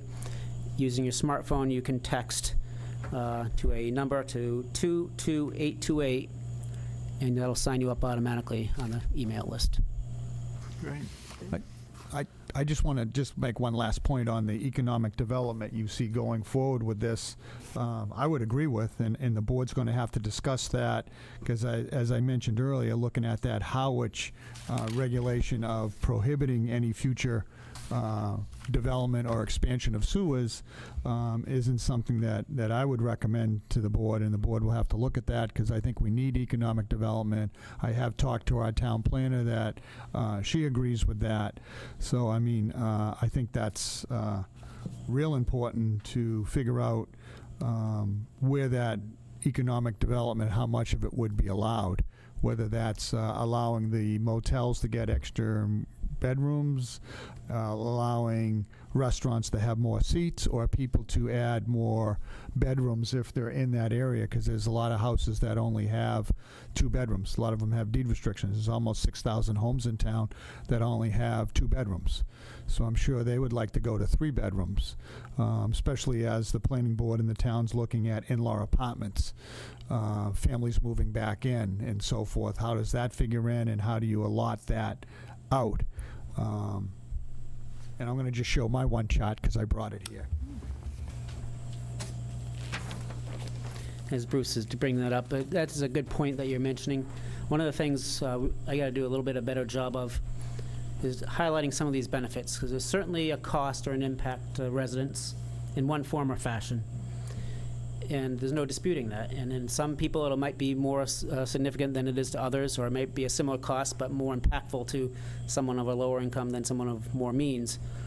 But you also have to consider the benefits, and also to consider what happens if you don't do it. And there is a large concern on loss of property values. And we're looking into the various studies that are out there that indicate communities with sewers versus those without, and the impacts of not having those on property values. So that kind of goes to Bruce's point about bedrooms. Yeah.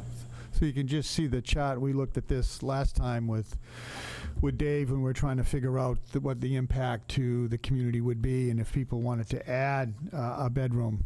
You can see a lot of that area is within the area Richie had shown. So you can see the number of 1 bedrooms, 2 bedrooms, 3, 4, and 5 bedroom units that we have in town, that those people, I'm sure, would like to increase their habitable area, especially if there's going to be a request for, as I said, future in-law apartments or apartments. So the question is dividing that out, that you're going to have so much economic development, so much commercial development, how much residential development will be in there basing the size of the plant. So, you know, they're going to say, okay, we're going to figure in X amount of bedrooms. How is that going to be allotted out over 20, 30, 40 years. If you say, I'm planning now to put an in-law apartment on in 10 years, can I get credit for that now, or is it first come, first serve, and how does that get into the mix? So just something for the board to consider when we start to look at what or if any Board of Health regulations on wastewater flow restrictions would there be. I presume, Bruce, you're referring to the Harwich land use controls? Yes. Okay. A little bit of background on that, not to extend beyond this, but that's a requirement, one of the 5 requirements to qualify for the 0% interest loans through the state revolving loan fund that Rich spoke about, which $35 million savings in phase 1 to you. Now, what that program is you've submitted a flow number in your comprehensive wastewater management plan, and so the state wants to see that you have a plan in place to manage to that number, that the 22-story Marriott or similar doesn't come in the following day after you put your sewer in and say, I'm coming to town. Again, it's based on build-out flows, which is on your current zoning. Now, what the Planning Department has done recently at the request of the Water Resources Advisory Committee is gone back to double-check, verify the flows that have been generated previously, and they have come back with some proposed modifications, having reviewed and discussed that land use control document with them, that they want to make sure that you have enough flow to allocate to potentially allow bedrooms in certain areas, allow more business, commercial development in certain zoned areas. So I think it's about a 250,000 gallon a day increase that's being considered now to allow for that over and above what was already included in the build-out flow. The town would have to come up with a policy as to how they're going to distribute that. And that would have to be laid out in that land use control that needs to be approved by the state. So that's, in a nutshell, how that whole discussion comes about.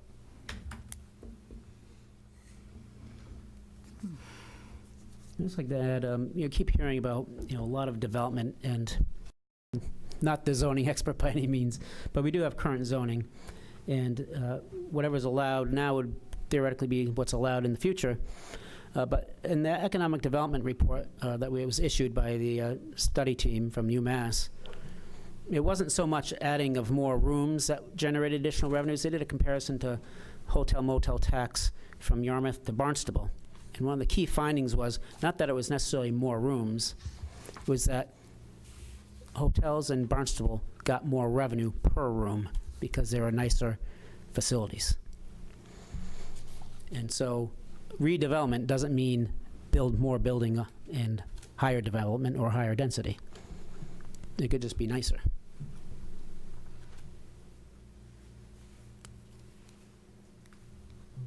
Anybody else? Thank you, that was great, Thank you. really informative. We really appreciate you having us. Sure, why don't we take one? Want to come up to the mic, introduce yourself? That's great.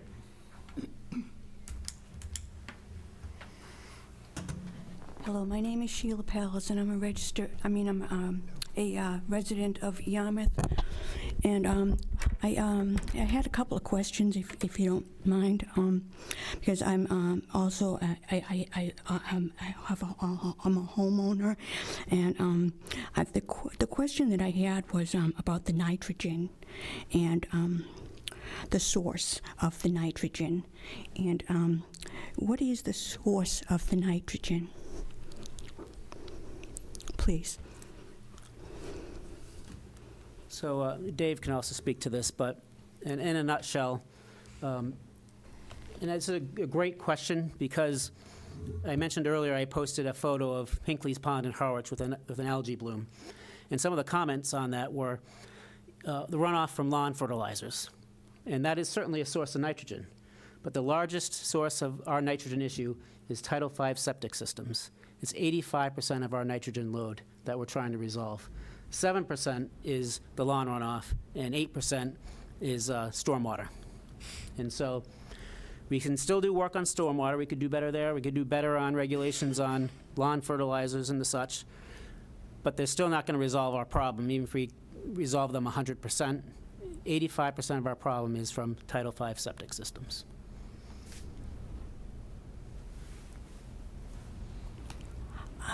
Thank you very much. The other question I had was, I heard you mention that there's a presentation tomorrow. Where is that, please? Thanks for bringing it up again. 6 o'clock tomorrow evening at the Cape and Islands Realtors Association Conference Room, which is on Mid-Tech Drive in West Yarmouth. Thank you very much.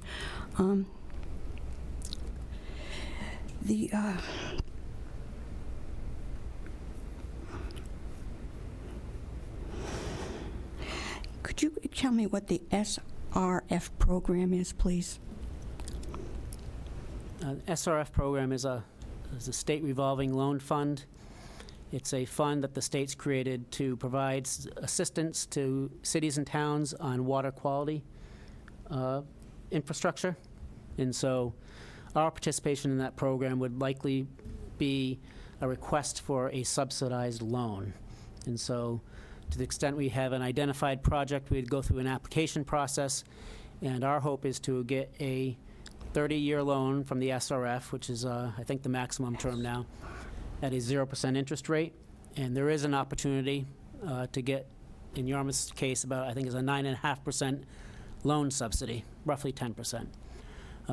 Absent those, the more traditional financing from the SRF program is either a 1 or a 2% loan rate. So that the S, the R, and the F, do those, like, you know, how we have USA, United States of America, the SRF, could you tell me what that stands for, please? Stands for State Revolving Fund Loan Program. Thank you very much. And thank you for your patience. The IA system, what is that? IA stands for Innovative Alternative Septic System. It's a much more advanced on-site Title V type system. It's actually a living biological system. A living biological system, sir? A standard Title V system is just really a gravity flow system. It's intended to remove solids, to remove pathogens and viruses, and then the liquid portion flows into the groundwater table. The innovative alternative systems actually are like a small mini treatment plant. So it's intended to provide more advanced treatment than a Title V system, but as you heard earlier, it only removes about 50% of the nitrogen under best conditions. Thank you very much. I had a couple more, if it's all right. Absolutely. The Phase 1,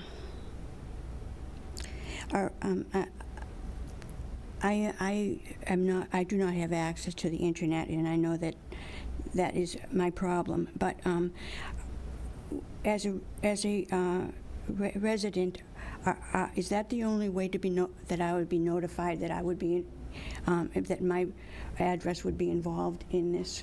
Is the only is that I know that I'm the only one to not have access to the internet, but is the property owners going to be notified on if their property is affected by these plans?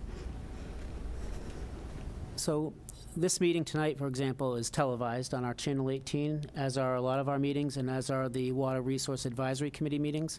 So if you don't have access to the internet, if you're watching this tonight, I can continue watching episodes on TV. And you can also contact me at via my phone number, 508-398-2231. I didn't get that, and I extension 1297. I'll repeat it. It's 508. Yes. 398-2231. And you are, sir? Extension 1297. 1297. And yours? My name is Rich Bienvenu. You're going to ask me to spell that, aren't you? Yes, please. B as in boy, I-E-N, V as in Victor, E-N-U-E. And I'd be happy to talk to anybody that wants to talk about this. In your position, sir?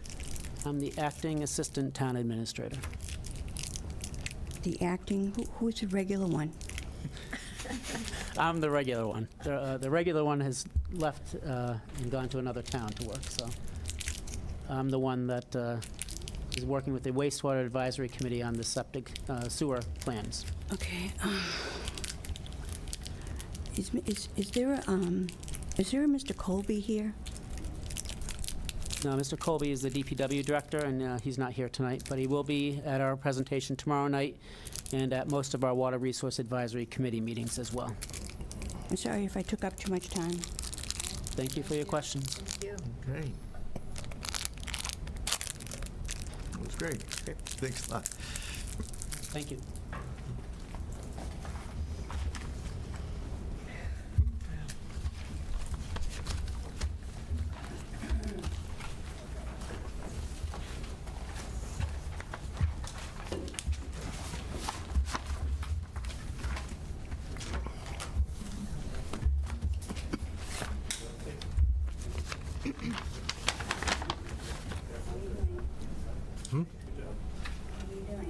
Good. How are you doing? Oh, are you a police officer?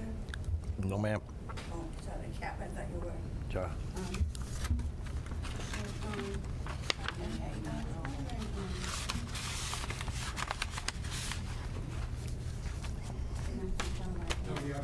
Yes, this,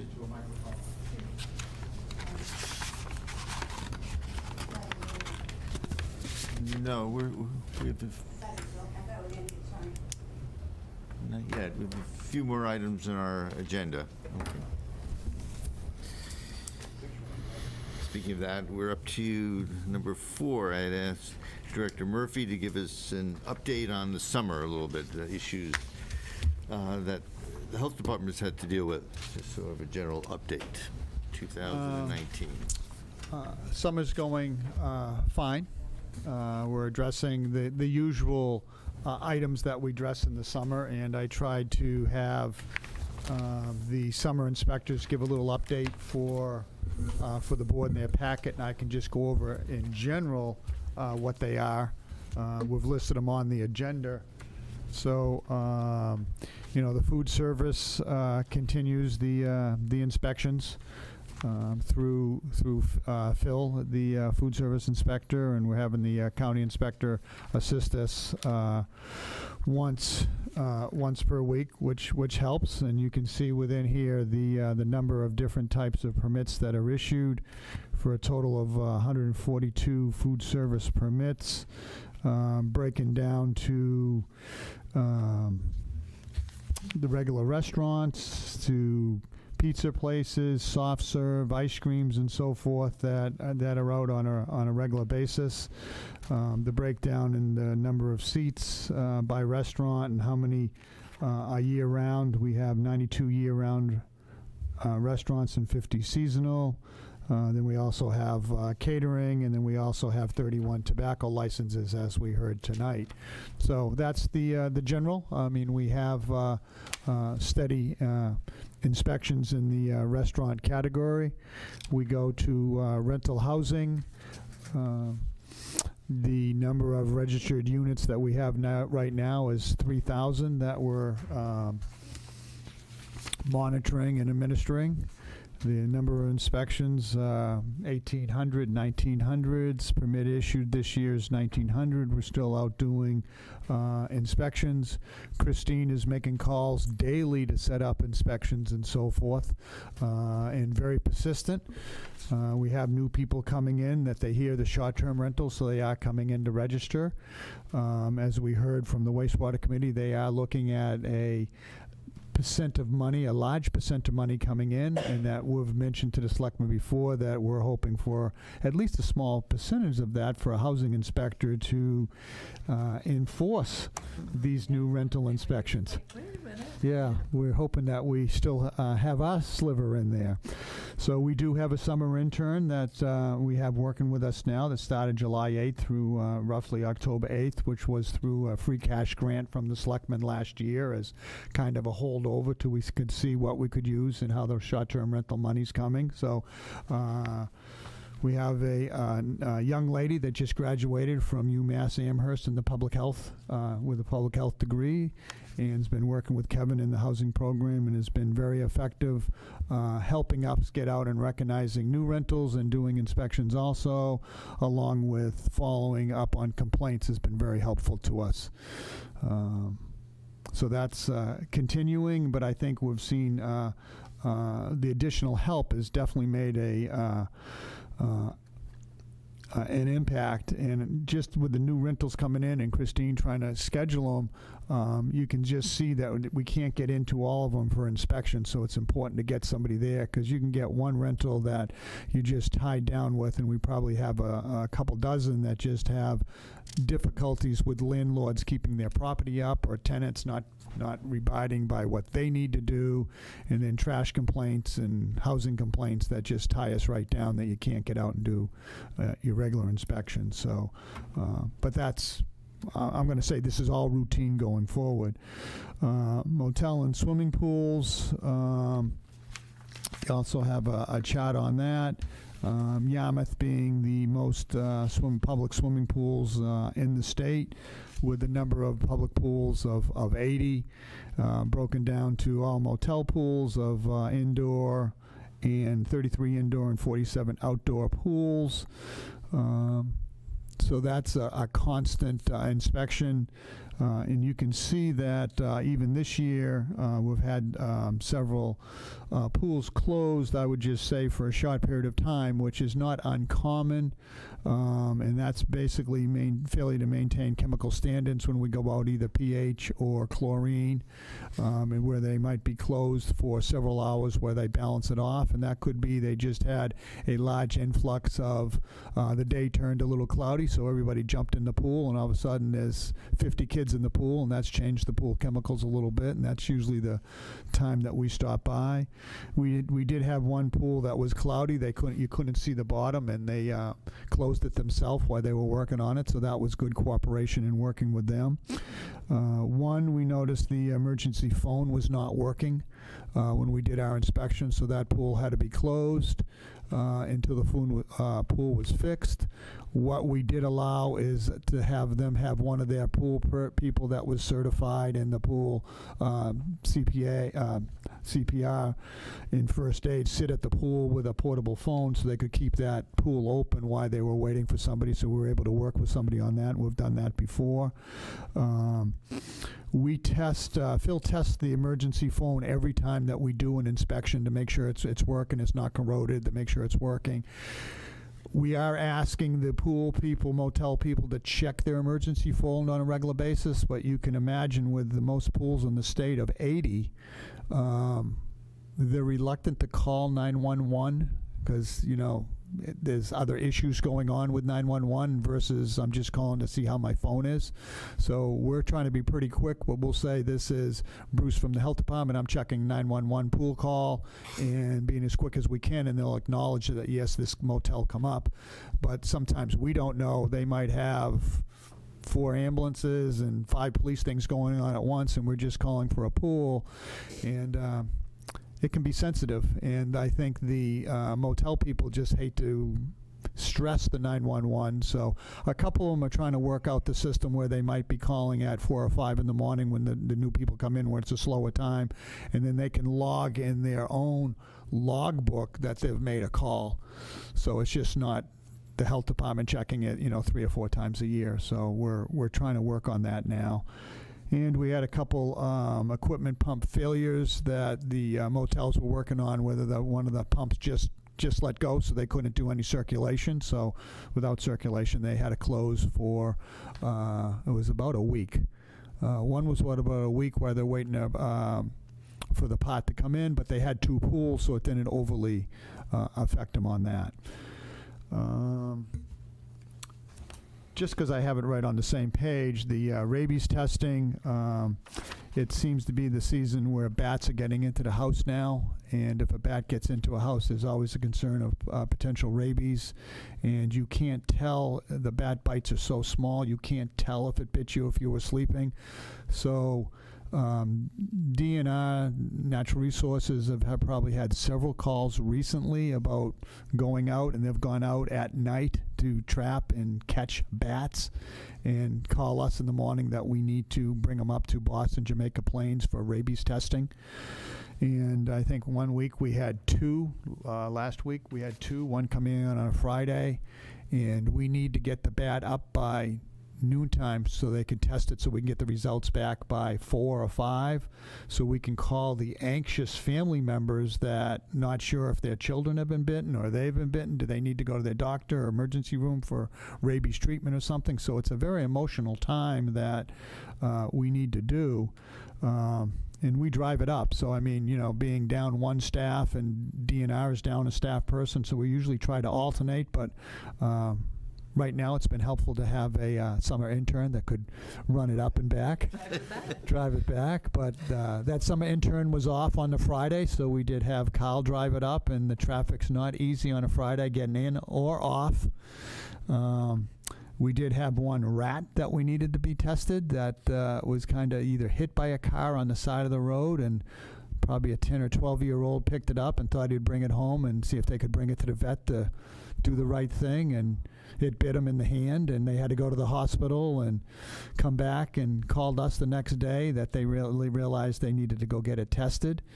So that was very interesting to bring the rat procedure up to get that tested. So that just takes a lot of times. It just takes one inspector out of service pretty much for a whole day.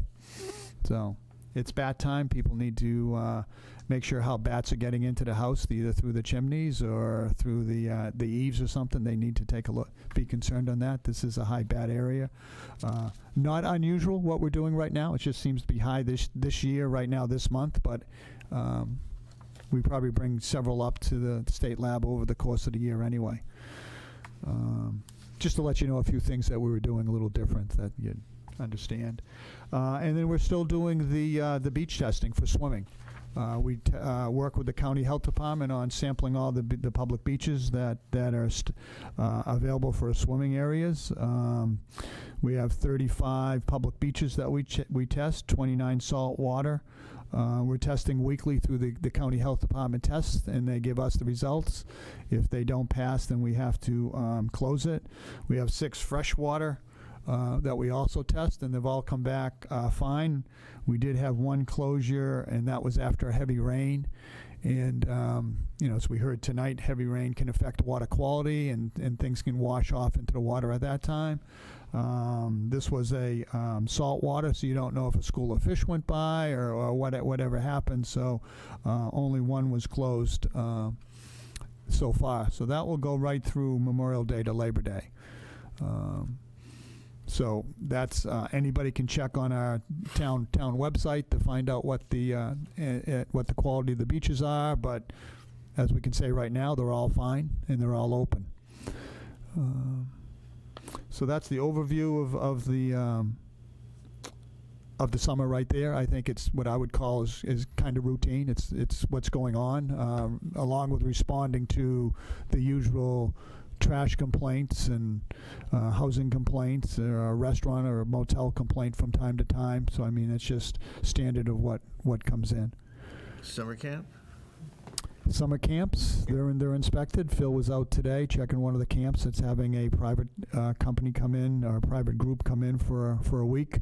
We'll check that out to make sure, along with our town rec camp at Flax Pond, and checking the waterfront to make sure they're checking the life vest and fitting them and keeping track of that, and how they're airing them out, not getting them waterlogged or anything. So that's checking that in the food service areas.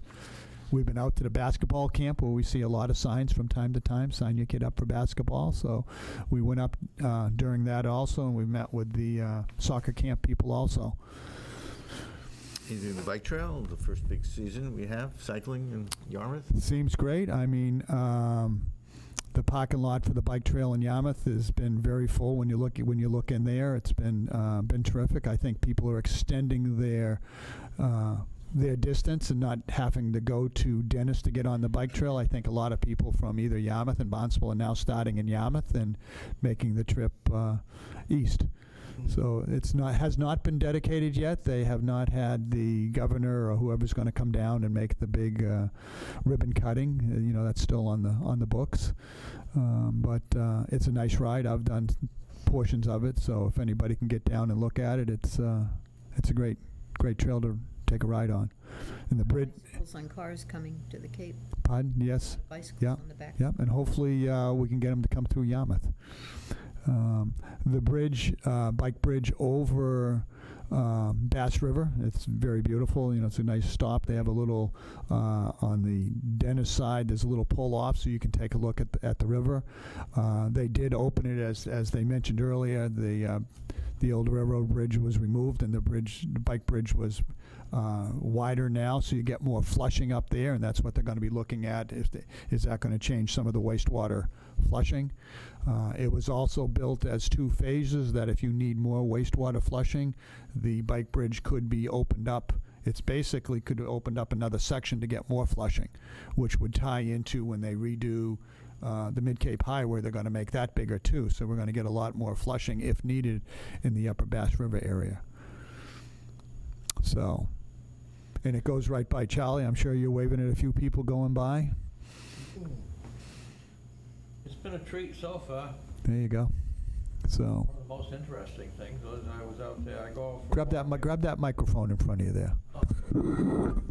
I go for a walk every morning, around between 5:30 and 6:30, and I make a loop DuPont and then down the bike trail and back up to my house. And I find it interesting things, but one morning I found a very nice pair of red sweatpants hanging on the fence, and about 2 feet away there was 2 empty boxes of condoms. So I have no idea what goes on out there some nights. Okay. Very interesting. Very interesting. Oh, yes. Okay. Glad to hear the condoms were there, though. I'm telling you. They were empty boxes, I hope. Yeah. Well, I get my share of rubbish now off the trail, too, which is kind of disappointing. Yeah. I have a question about the near drowning report. Yes, I was going to get into that. Oh, okay. All right. Did you want to say something? Yeah, first? well, I also included, there was a near drowning at one of the motels that you have the information that we responded to. And the first response was obviously through the fire department and the police department. And what they observed was, 2 children, a 12-year-old and a 13-year-old and a 14-year-old under the age of 16. Motel unsupervised by adults. One adult was outside, the father was outside on the grill, and the mother was elsewhere, and they just let him go into the motel. Even though the sign was properly posted, no one under age 16 allowed. When you talk to motel owners, they're constantly chasing kids out of the pool that are too young to be in there and under 16. So when we visited the pool... Under 16, unaccompanied by an adult. Correct. Right, because it doesn't really specify that on the sign. Yeah. Well, that's what it is. We do have the... I saw that also. Doesn't really match up. That's why I asked to get the regulations. Yeah, we do have a copy of the regulations to pass along. I did bring that tonight. So when we did go to inspect the pool the next day after we went there, they did have all the proper signage.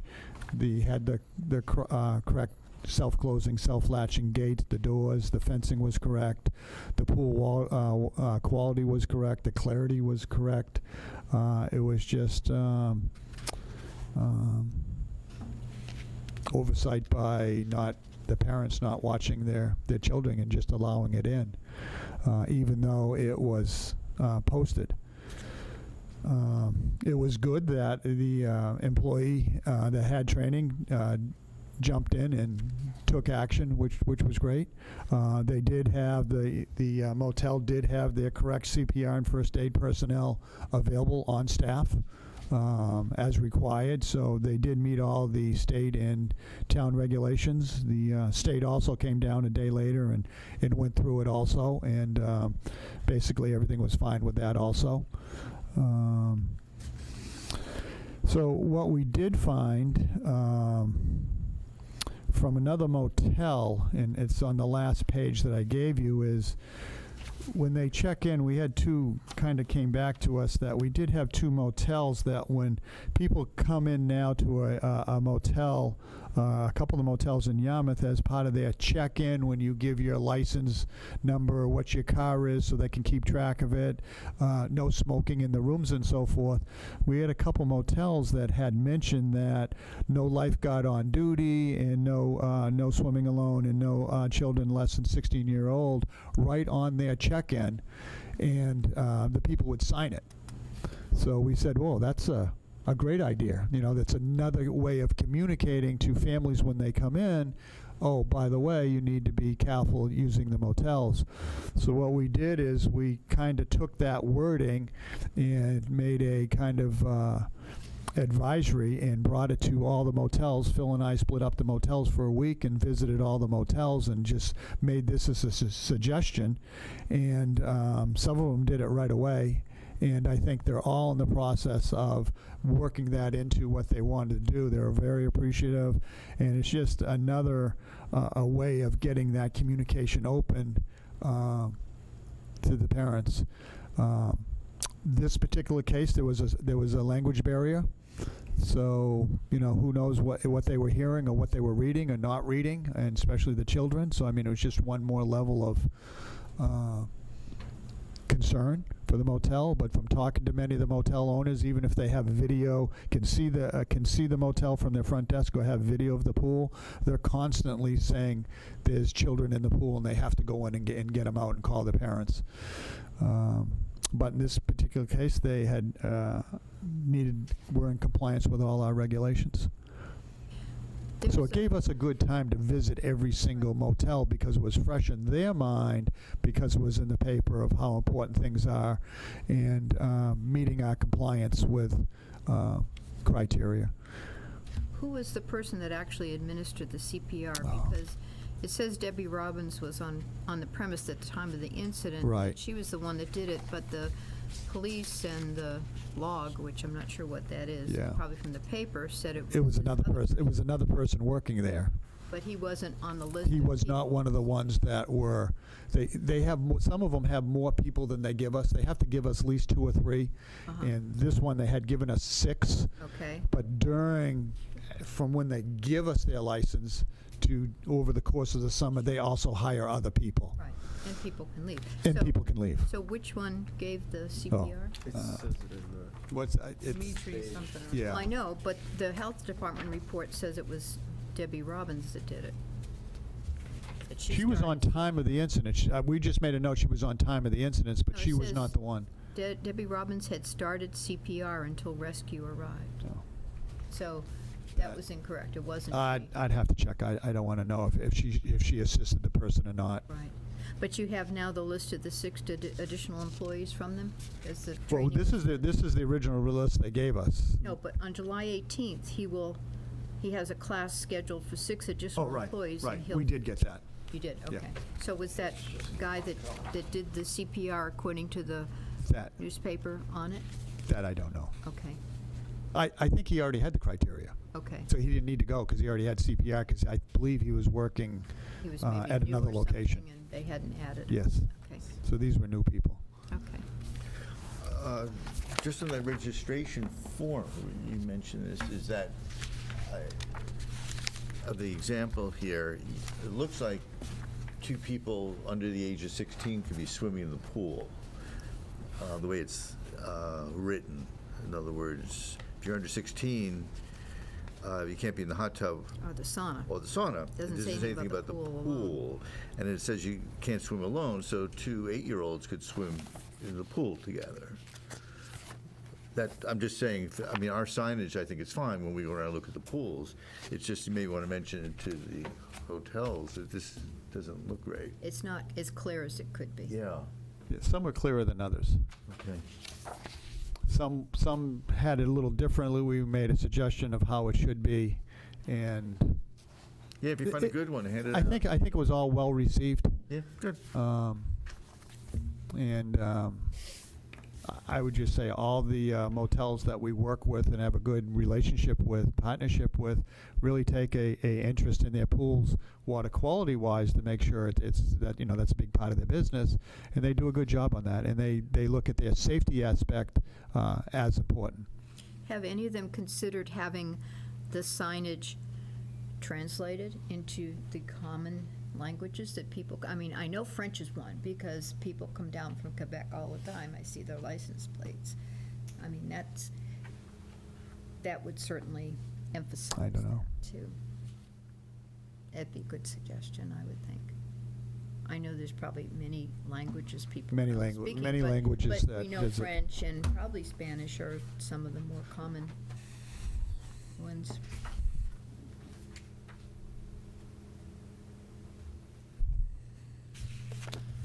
Do you have any other old or new business? We have a search underway for a new assistant director. The request is at the town administrator's office now to fill the position, and the Mark Grills, the director of inspectional services, is meeting again tomorrow with the town administrator to discuss the process to go forward.